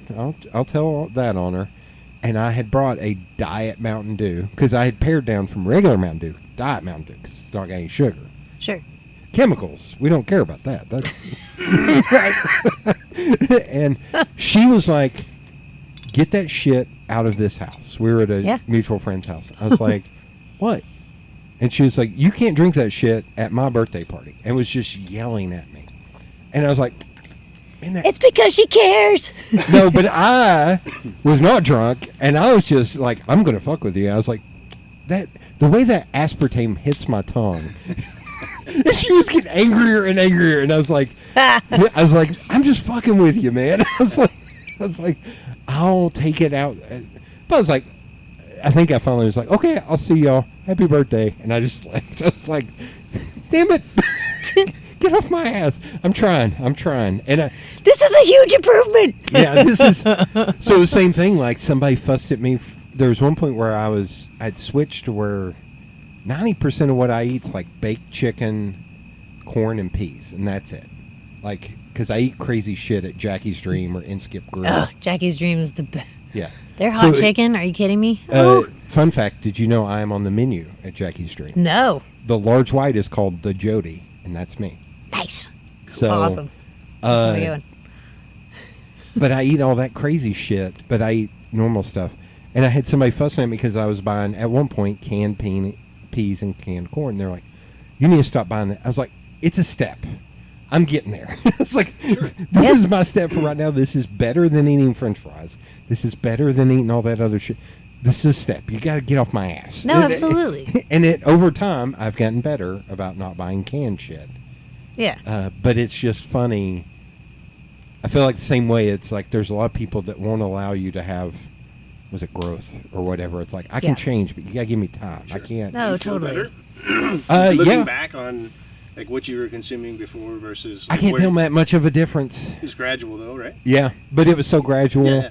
And I think it's also what I learned in the pandemic is, and this is going to sound crazy, is I don't consume enough calories. And that's the biggest health issue I have right now. Because a friend of mine broke it down to me. He was like, well, before you would go and do shit during the day. You would meet people for coffee. You would do this. You would do this. You would busy yourself. And then when you're just sitting inside in the house last year and you're still not eating, because I was consuming like less than 1,000 calories a day, Wow. which for Yeah. my size is No, that's not a thing. detrimental. Yeah, To where definitely. I'd have headaches and just feel tired all Yeah, the time. you're digesting yourself at that point. And he was like, you were so busy in yourself, and then you would go and eat at Jackie's or something where you were eating an insane amount of food, that would help you, satiate you. I still haven't figured out that, because the cost of food is fucking nuts. Like, It is crazy. And even to eat, like, just plain chicken, I was like, it's gone up so much even in the last year and a half. I was like, fuck, I'm just hungry. I'm trying to do the right thing and eat healthier, and son of a bitch. I know. And that's it. I mean, and I'm sure you've heard this because that's like every health food addict's favorite argument is, Yeah. well, it costs a lot more on the back end. Like all this cheap fast food shit, Yeah. you know, definitely costs a lot more on the back end as with medical issues and shit like that. And I'm not getting on a soapbox by any fucking means. It's Yeah. really just like, do what works, you know, Yeah. like, and do what works for you and what makes you feel good. Like the shit that I eat that makes me feel good does not work for other people, and Right. does not, you know, and vice versa. Like, and even friends, like we went to one of our he's like become a really good friend, one of the farmers we work with, and he invited us out and did a whole tour, and it was awesome. We had dinner, and he cooked, which was so generous, and Yeah. then he had invited me to go with him on a trip, and he was like, yeah, my diet is very much my diet, so I'm not trying to, like, you're gonna have to Right. figure out your own food for this, like, road trip thing. And I was like, okay. But it was just funny because I was just cracking up because I was like, wow, all right. So I feel like I have weird dietary things, so I'm like, it's kind of whatever is not Right. gonna fuck with me that day. But I'm paying for the sins of my past, you know, like I Right. definitely did some stuff to myself that was like, my body's like, yeah, that still hurts.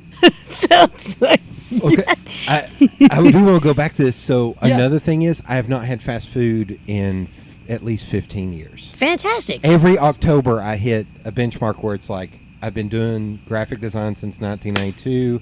I bought my house in October when I turned 25. And like 2 years later, when I was 26, 27, 28, somewhere in there, I stopped eating fast food. Because I Congratulations. would be so tired from work, and it's all fucking fast food Yeah. along Yeah. Broadway. And I would throw away groceries that I bought because I was too tired to cook. Right. And it was much easier to do that. I was like, I just have to stop this whole hog. So it was, but I think another reason why I haven't been able to tell in like my body is because I was eating all that shit when you could eat that shit. Like at 25, 26, Sure. Right. I could eat I could eat a sack full of crystals and it not bother me. Oh, yeah. Because I'm 25, I'm bulletproof at that point. Exactly. But we have been talking recently.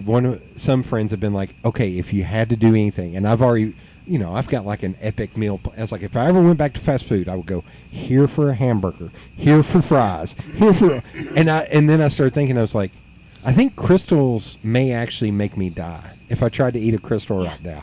I haven't had one in over 15 years. I think if I ate one, it may actually make my stomach. And I think truly, like, what they're you'd be doing. disappointed too. You'd Yeah. be like, this is also kind of not what I remembered. Yes, This to that, be. and it used to be different. It's gotten so much worse. Yes. It's like the shit they're putting in stuff now is fucking terrible. And it's like, And on the flip side, like, I stopped going to places like Applebee's or O'Charlie's or shit like that. yeah, And then, like 2 or 3 years ago, I had helped somebody move who's an older person.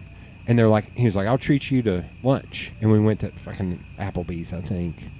And I was like, this tastes like shit.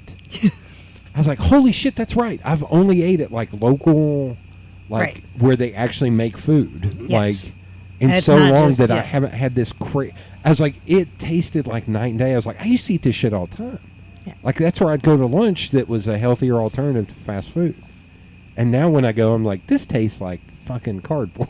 I think 2 years ago we ate at a restaurant that was like Applebee's tier. I would consider that. Yeah. And we both we had to race back to the house because Yeah. we were moving, and it was the only thing open within Yeah. like a fucking hour radius. It was this thing crazy. breeding here. It was like, Yeah. fuck. So we went and ate, and we had to like race back to the house I was moving out of to both. Luckily, there were 2 bathrooms because we both were just like, "Ugh," like it was fucking horrible. It was even like the drive back. I was just kind of Like- looking at her. And I was like, how's shifting in the how's seat a Sarah little sitting with bit, you? like, And she was like, no, man. I'm We're both looking at one another like, why already are you got- sweating? Why are you sweating? I know, got like, the bubble guts. big time. You know? Oh my god. But it's funny, like that. But like, I can go to Jackie's and eat the hottest chicken Right. and eat all that shit, and it's still fine. I can go to Inskip Grill and eat a pound Okay. hamburger. So how much of that do you think is ingredients versus intention? Like what people are putting into the food Yeah. heart-wise, you know? Yeah. Like that is a huge thing. That guy who's flipping burgers at Five Brothers or Five Guys or whatever the fuck the Yeah. name of that place is, that dude hates life.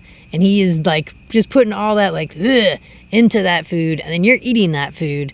Like Yeah. you gotta like at least recognize there's a huge difference there. I mean, If I can find this study, I will send it to you. But Okay. this, and I think this was like in this 80s or 90s or something. That this guy had basically was a nutritionist and was looking at nutritional values of things and started honing in on exactly what she's talking about. Yeah. So he's factoring in a couple of different things where we went from like the 50s and 60s, where the prep time, everybody sat down. Oh yeah, for a meal. To eat the meal, and then the cleanup time. You're talking like 2 or 3 hour total, beginning to end, from cook, sit down and eat for maybe 45 minutes. Do the dishes, all do the the things. dishes, all that stuff. Fast forwarding into the 70s and 80s, 90s. Both parents are working in Yeah. the 70s, you know. Convenience, microwaves, all this stuff. That whole thing gets reduced down to about 30 minutes, 20 minutes between cook, throw everything in the trash, whatever. So he was kind of noticing a correlation with this. And then kind of did this study based on, I'm going to basically have these same ingredients and have it prepared 3 different ways. Yeah. One would be from like I'm making this for my family. Yeah, I'm cooking this chicken and broccoli and whatever for my family, and this intention that was going into, and the love Yeah. that was getting put into this, and then that same meal being processed for like acquaintances or Yeah. like a church function, for example. That may be a bad example, but some acquaintances. Like, I'm just going to take this to a party. There's going to be a bunch of people I don't necessarily know. I'm gonna Right. bang out this cheese casserole real quick, kind of thing, and then making it for complete strangers across the board, where it was Okay. like you have to make this, and there was somehow, and I really want to kind of go back to this thing and kind of read it again myself. How did you calibrate this Yeah, nutritional yeah, value? How we Yeah. came up with these numbers, but there was different nutritional value to these same 3 meals, and they were trying to figure All out the same ingredients. why.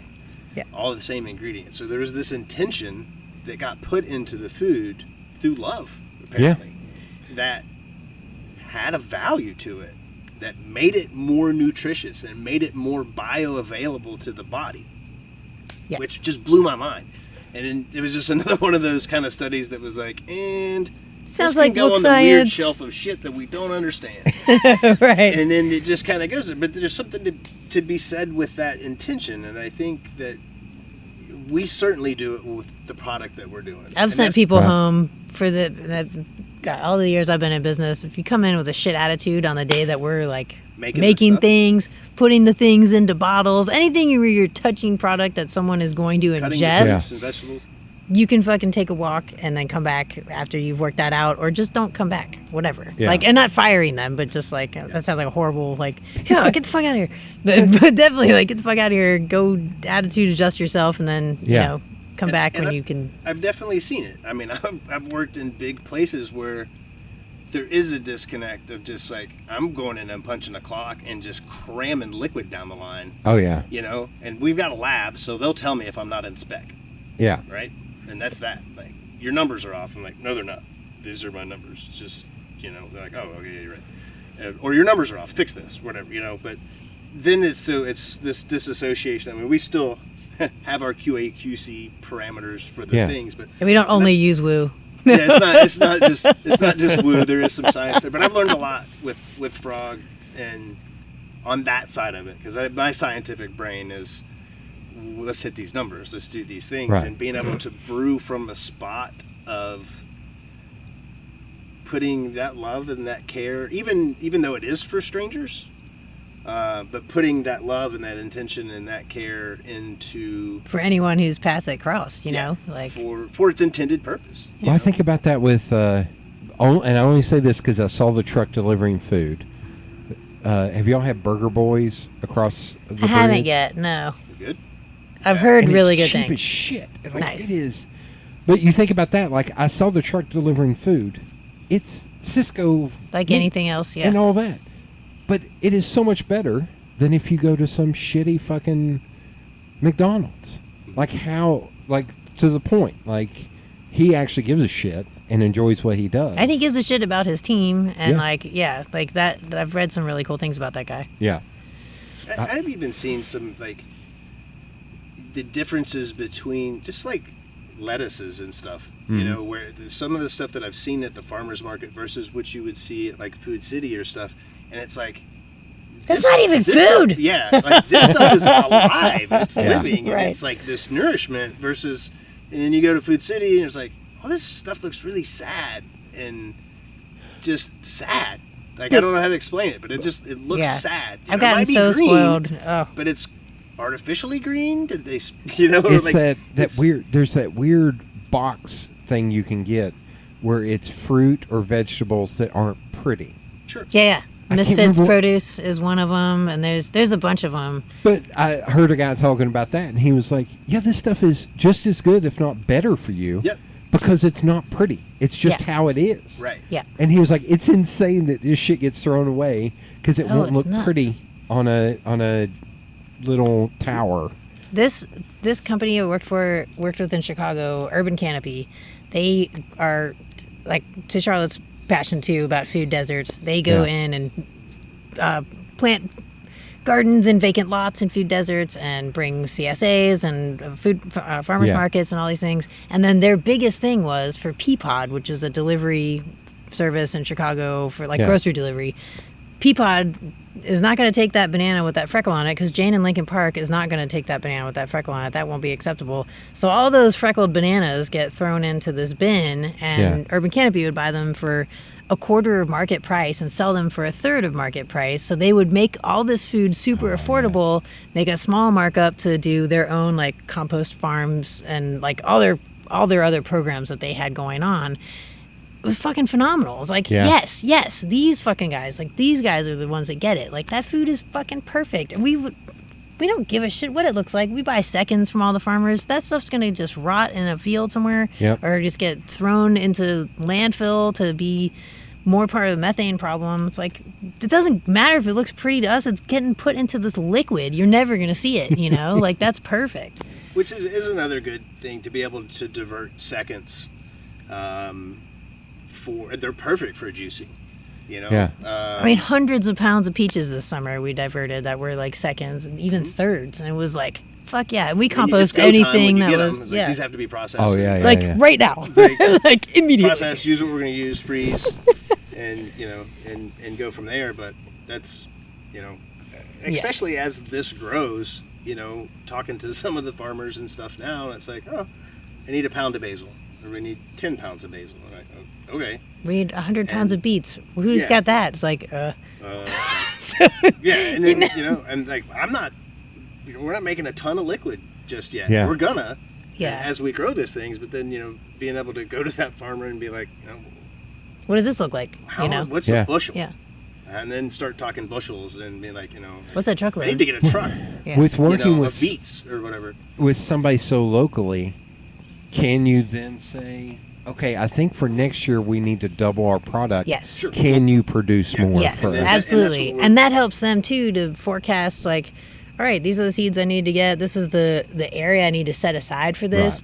This is a percent, and we want to be in a position where we're like, okay, there's going to be some loss because we, you know, shit happens. Like it's going to be too rainy or whatever, and like, you know, we need to accommodate for that loss for them. And like we're trying to have this be a win-win for the farmers and for us. Yeah, just contract it And- out. Yeah, Yeah. exactly. Yeah. And like, yeah, I feel like we've been doing.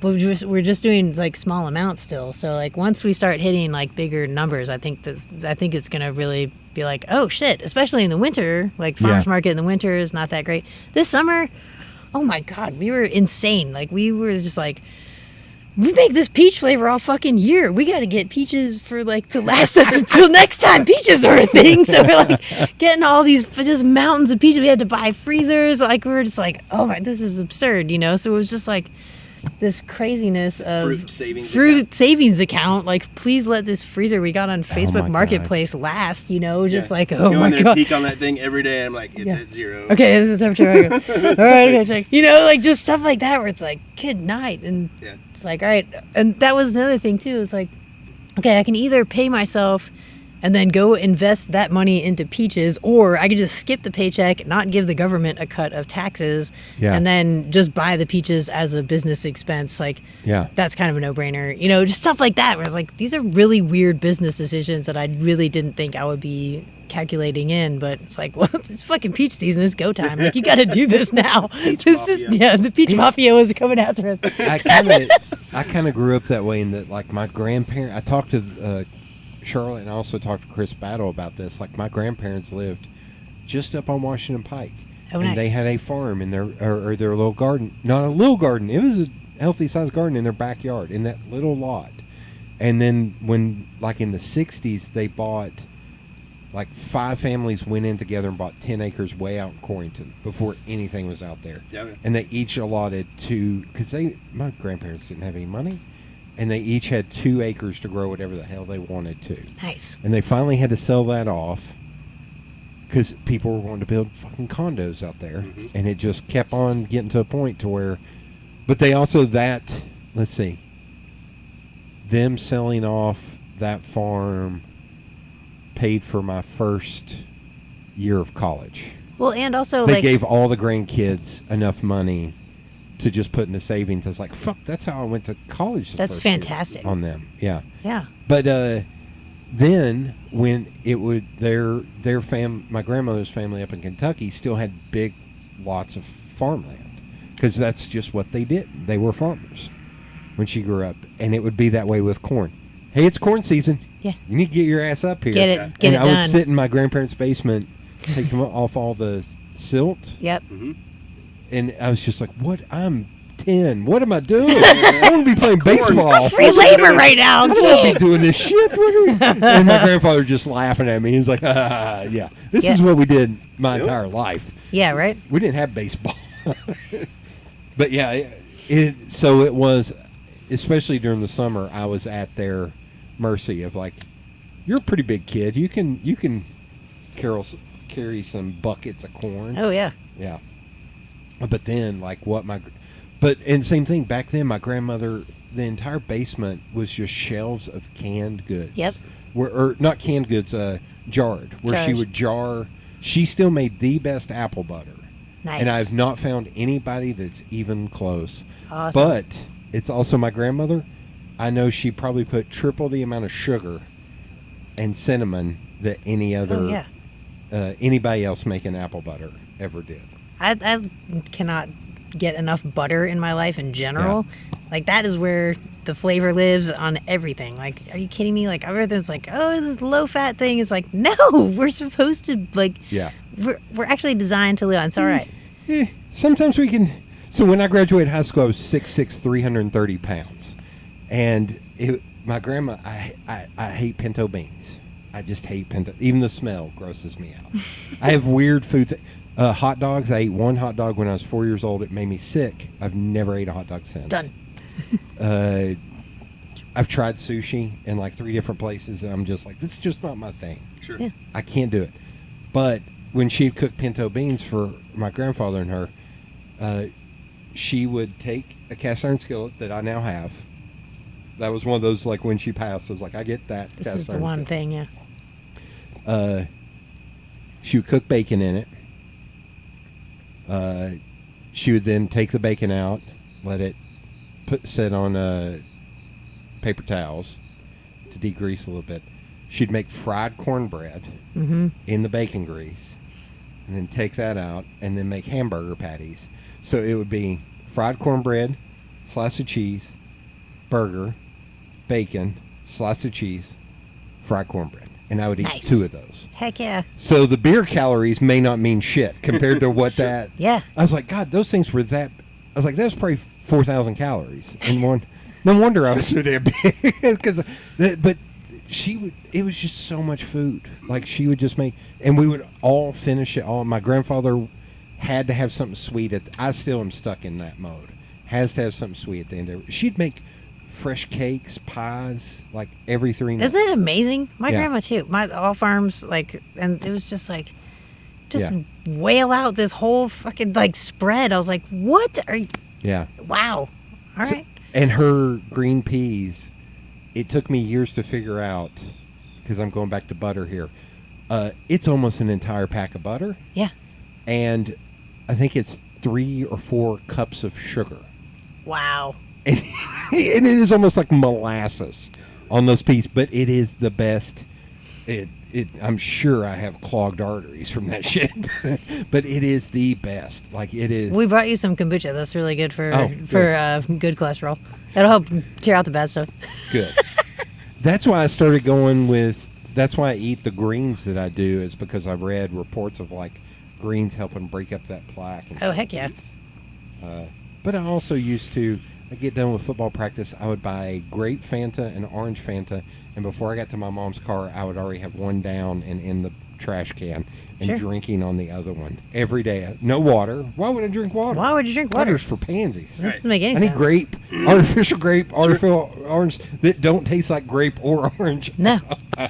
We have, so our new flavor is grape ape, and that's just dropped this week. And it's so funny. Last year, people were like, this doesn't taste like grape Fanta. Yeah. I don't like it. Or this tastes like Grapes. actual grapes. I don't know how to process this. Like they just couldn't get it. People freak out about it. They love it. And then, or they're just like, I can't compute this because it's purple. It looks like Hubba Bubba colors, but it is not like just This, this You can't- fake grape. I wish you could mail it. You can't mail it. Yeah, One we of my can. favorite things on YouTube is this thing called the Try Channel, and it's Irish people trying stuff. Nice. But you can't mail them liquids, which because there's trade restrictions or Sure. something. Yeah, but it's I wish you Ireland, yeah. could send them kombucha because they were constantly like, "What is up with Americans and purple stuff that's supposed to be grape, but it doesn't taste like grape?" Right. They always make fun of that. I was like, "Hey, tough but fair." Yeah. That is dead Super on. accurate. So this is actually, my friend, this is one of her quote. How do you choose your flavor combos, and are there any that you've tried that did not work out well? Oh yeah. There were definitely a lot that didn't work out. Luckily, Ben got there after all the Frog, I mean, heavy lifting. Frog definitely nailed all the recipes, and if anything, I kind of tried to put some of these in a box. I was like, we gotta not have 20 flavors. You Yeah. know, This is not Baskin Robbins. to take to market. Let's try Sad. to do 4, so we have 6, Right. obviously. And then just her bartending experience and making craft cocktails and stuff like Yeah. that. She's impeccable at like recipe development, which is great because that's actually one of my weaker points of my Yeah. whole brewing career. It was like, I will make this thing for you from this recipe. Right. But recipe development was kind of, and then we did Fruity Booty last That was year super fun. so that was kind of one of the first ones that we worked on together. It was like a filler for in between because we like to do flavors when the produce is available, Right. obviously, because we're getting it all from local farmers. So there was like a gap between when cucumbers were going to be in season and when like whatever. So we needed a holdover flavor. So we did this. It was like right about around Pride. So I was like, all right, so we did this really crazy disco rainbow fucking explosive. It was so fun. It was and it did this like really intense glitter paper. Like it was Oh my God. amazing. It was insane. I was so excited because we did all the graphics blind because it's all those white layers and Yeah. stuff, and then you don't get to see a proof of it. You're like, I guess this will Yeah. work. I'm just gonna pay a fortune for this, and then Yeah. they showed up and they were way better than we could have ever imagined. It was so fucking awesome. But anyway, we totally underestimated how popular that was gonna be because I don't know what I was thinking. We should have gotten like 5 times as many labels, but it was Fruity Booty, and it was the most fruit we've put in anything. And we looked up on Urban Dictionary what Fruity Booty. I mean, my niece was calling everybody Djibouti for a while, and like Okay. it was not after the country in Africa, but just because she thought booties were hilarious. I was like, all right, that's funny. Let's like add, we have to add something to it to make it. So Fruity Booty on Urban Dictionary was a white chick with a big ass, or like calling somebody gay, but not like in a slanderous, It was Okay. like an affectionate, like, So like, yeah, Fruity Booty, whatever. And so we thought that was really funny, and we did this label. It was like the most fruit and the most expensive ingredients, most expensive label. So then it was like, well, what do we put in it? I was like, well, like a medley. It just needs to be like a fruit bowl. It Right, just needs to have like right. all the fruit in it, And we did maybe 3 different. It's like 4, yeah. 3 or 4 That's small, like 1-gallon versions Yeah. of the thing, and then kind of tasted those and was like, yeah, that's the one. And then kind of went from there. I'm super excited to do more of that as we go into the new place. Yeah. I would like to do some CBD, like maybe 1 or 2 CBD really want to start working versions with like or adaptogen mushrooms adaptogen too. mushroom kind of health kombucha as well, and so that'll be fun to kind of get in the lab and see where we get some inspiration from. Would y'all And- do like small batch stuff that it's like, this is kind of limited to just this? We're gonna do that anyway. Like this fall, we got like there's gonna be some like little pop-up things like that. Not just because I get bored of like we only have 6 flavors, like no, Yeah. but also because it's like, well, there's all Change it this up, other too. seasonal stuff, going Yeah. on, and we just do small runs of it. I have this really awesome idea for a winter label.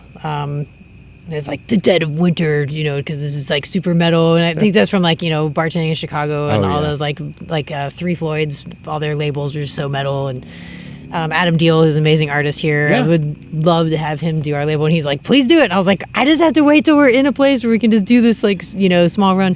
So I think we'll be able, hopefully maybe this year, be able to bang some of that out. It's a fun flavor, and it's like super scary looking, and it'd be awesome to have him do the artwork. And he's like, I am super. meeting with Eleanor on Monday to help them with nice. SEO. awesome, very Yeah. cool. I bought their book for my niece, and the Knoxville Mermaid one, and Oh, She loved it. it's so I told good. her already, because I was like, does Adam need his website redone? She's like, yes. I was like, do you all need your website redone for the Part Flamingo Press? Yeah. Yes. It's like, would you all be up for Adam doing an art piece for me as payment instead of you paying me? 'Cause I How would does much rather everybody not barter. win in that? Yes. And I was Very like, I'm a huge comics nerd, but I'm an obsessive Swamp Thing. I His love work Swamp is- Thing. And I feel like he would murder. He and would I totally even told crush him that. Yeah. And he was just like, oh shit, I actually could. I was like, oh, I'm getting you excited. That's all I care about. Yeah, I'm yeah. getting you excited about this Nice. shit, man. I was like, that's what I'm excited about, that you're doing Swamp Thing. Yeah. He's such a great artist, man. It's I insane. just love his It's- shit. It's I have shown him to people and had to be like, pay no attention to the guts falling out of this, but just look at how great they are.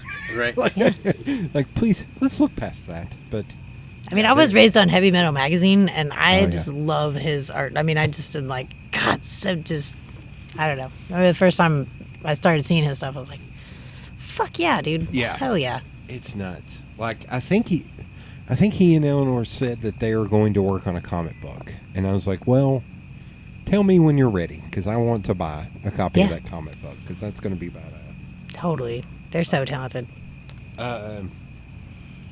Okay, so we've touched on the new building a little bit. What does the future look like for y'all? Do you all have like plans? Like, here's where we'd like to be in 5 years, 10 years. Sure. I don't really know timelines, because anytime I put a timeline on anything, it is Right. not Right. not been a thing. I'm really good at losing time, and just like I don't think time exists on the planet I came from or something. That's not a measurement I work with very well, apparently. So timeline's out the window, but we do have some good plans. The new spot is definitely going to help us do a lot. And I don't know how much I can say about it. Probably not a lot. But after that location, I think the next thing would be there's really only so far that a product can be considered local or regional. Yeah. So, and like I started the business in Chicago, and I absolutely, Knoxville is just, I can't even explain how amazing it's been to Right. be received here. And the farming community here is so fantastic, and the produce season is longer, and all the things. Like, it's been more than I could ever have dreamed of. And so, yeah, like we definitely want to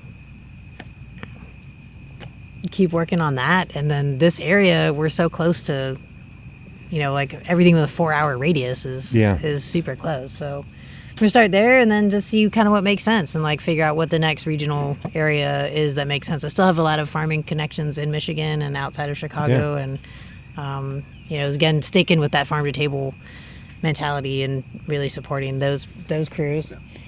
I think there'll be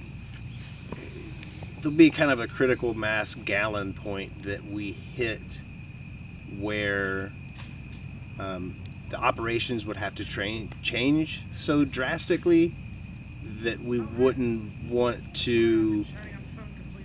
Don't worry. Don't worry. That we wouldn't want to go much further than that for the processing Right. of things, because then it gets getting so beat up. processed where you have to use these preservatives and That's all not of a these thing. things. So kind of growing, I envision growing into that, kind of finding that sweet spot, and then if need be, open another location. Okay. So it is, instead of this massive beverage plant, it would be. And that's the other thing too, is which like I'm highly how, capable of Sure. doing. We both are. and how to keep it like, as long as we're not offsetting this insane, like even down to like finding biodegradable shrink wrap for pallets and shit like that. That is like, Yeah. there's so much waste that goes into everything about this industry. Oh, So yeah. we're like really trying to, like, when it gets too big, where it's like that's not. Right. I talked to Frog about stuff like that too. It was like, how far do you want to take this before it disgusts you? Because we're putting all of this trash from these things. And then I had a friend of mine come to me and said, well, if you guys don't do it, somebody less conscious of these ideas is going Yeah. to do it. And then Yeah. I was like, okay. So Even the water usage, what he was saying earlier, with like Yeah. 25 to 1 for, what was that drink? Dr. Enough. Dr. Enough, right. So ours would be like 1-to-1 with the new setup that we're going into, and then depending on like tank size and cleaning, that will change that ratio. But I'd say Like- on the high end, maybe a 2 to 3 to 1. Most of your average brew pubs around town are probably about a 3 to 5 to 1, which is Okay. not horrible. That's pretty average. There's some of them I would like for them to go up to 4 to 6, and for them to clean their beer Sure. tap lines, because Sure. there are some doors like I have noticed a quality detriment Mhm. because I don't think y'all clean your lines, and it's starting to taste nasty. Yeah. It's So I will It's a I real will thing. sacrifice It 1%. is a real Please, just clean your damn lines, Right. Please. sometimes it's just not. It's not even the lines, Yeah. It's everything in front of it that's not being properly cleaned and maintained, and it's. There it is the Bigger- least glamorous part of brewing. I know, there is one I've been a partic- glorified janitor for 20 years. I mean, There it's- is one particular place that the beer that they had there was one of the first stouts I got into. And now if I buy that stout in a bottle, it still tastes great. If I have it on draft there, it tastes like dishwater. Yeah. And I was like, clean your damn lines. Like, please. And off mic, I will tell you who that is, and Yeah. you will probably not be surprised. Yeah. Oh, I'm sure it won't. Do you think there's some kind of,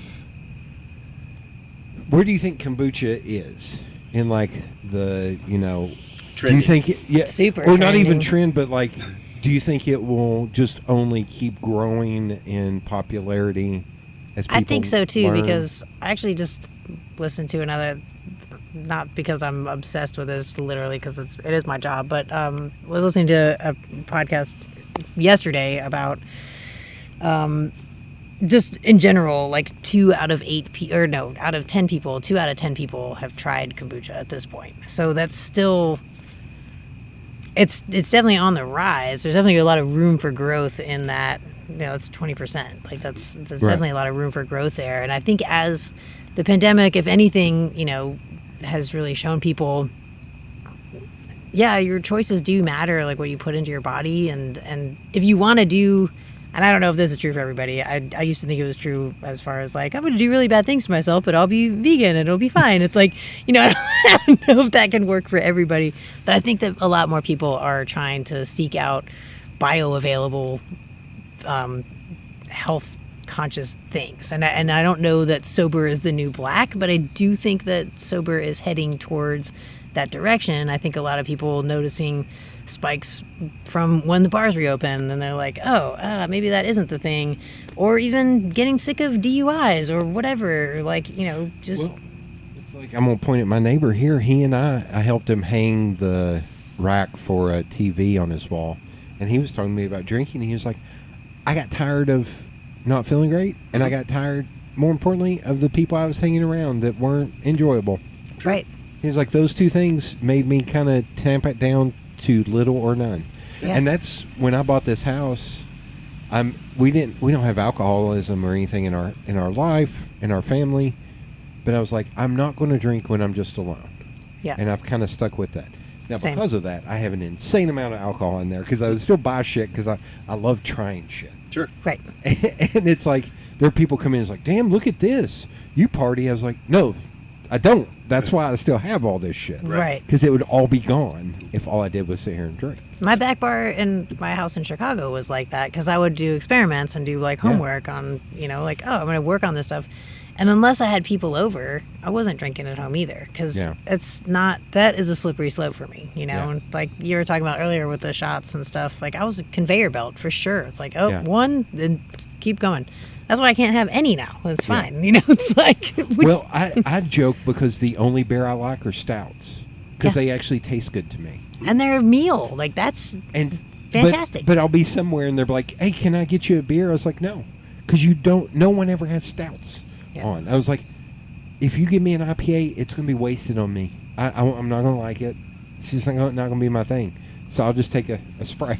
I'll take something completely different. That's funny. You said IPA. That was actually one of the lines from that podcast yesterday was like, and I've listened to it because this brewery is using a special technology that I was interested in. It wasn't just because but anyway, but the guy that owned that company was like, during COVID, as people were, and he's in Vermont, he's like, as people were going to bars and stuff, they want to have something different. They're getting IPA fatigue at this point. And he's like, they want something different. And we've noticed that at the breweries here.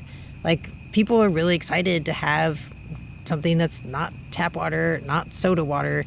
And it still is fun to drink. And it's in a can that seems like, I'm still drinking something cool. Like, I'm not just like here, the designated driver or whatever. Like, I mean, people don't drink for lots of reasons. And it's nice to have an option that's fun, that tastes good, that you can have different flavors or whatever. I like that Crafty started that when they did that, where they had that ginger ale stuff. Mm-hmm. They make it as delicious. Yeah. But I love that it was up there. Yeah. That it was an alternative to all that other shit. Sure. Exactly. I think there's definitely just room for growth. Like you said, there's 2 out of 10 people. I think the other hill for us to climb is, I think the product that we're making is so vastly different than the kombucha that's out there. Okay.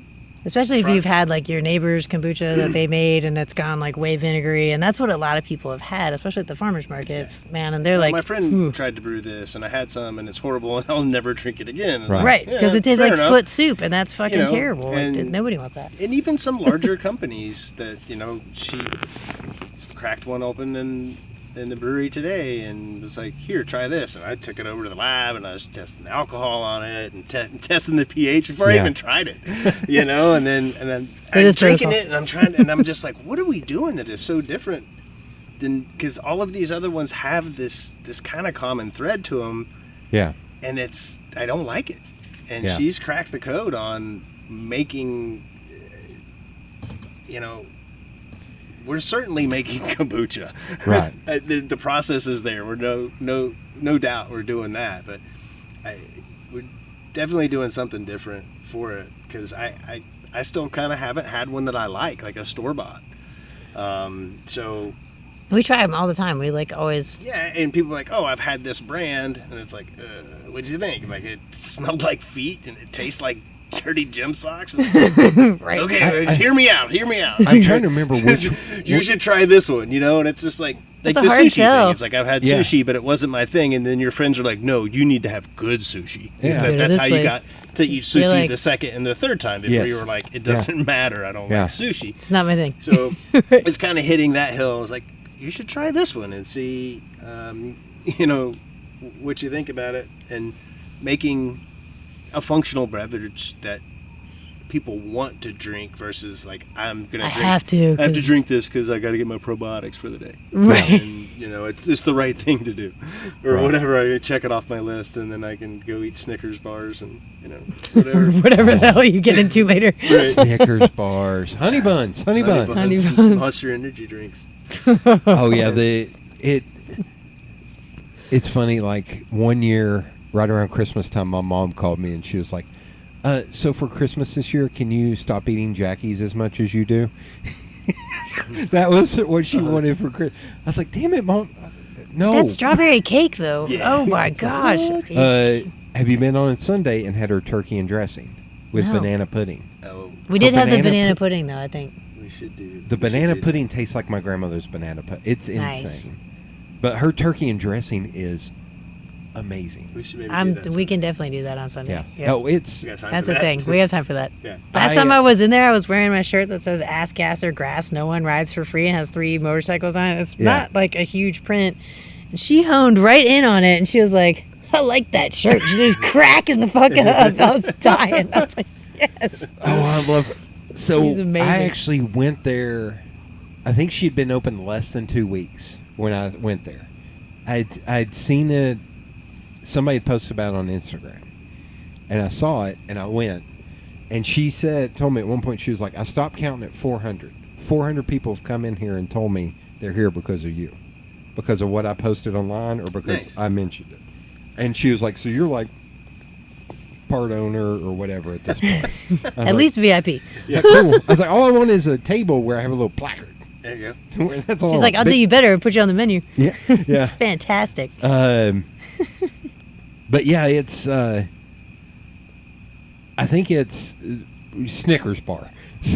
So I think it's I eat decent 80% of the time, so that if I want a Mountain Dew and a Three Musketeers, which Yeah, I you know got room are for that. terrible for me, Yeah. but God, they taste so good. Right. Are delicious. I was talking to a friend earlier. I was like, there's something innate in me that once it starts to get warm, I have to drink a tall boy of Dr. Pepper.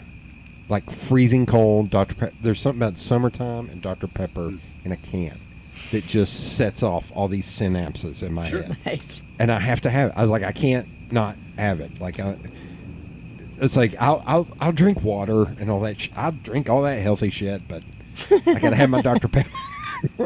I have this once a year. Just once a year. Nice. Okay. Well, thank you all for being on. Thank you. Thank you so much for having us.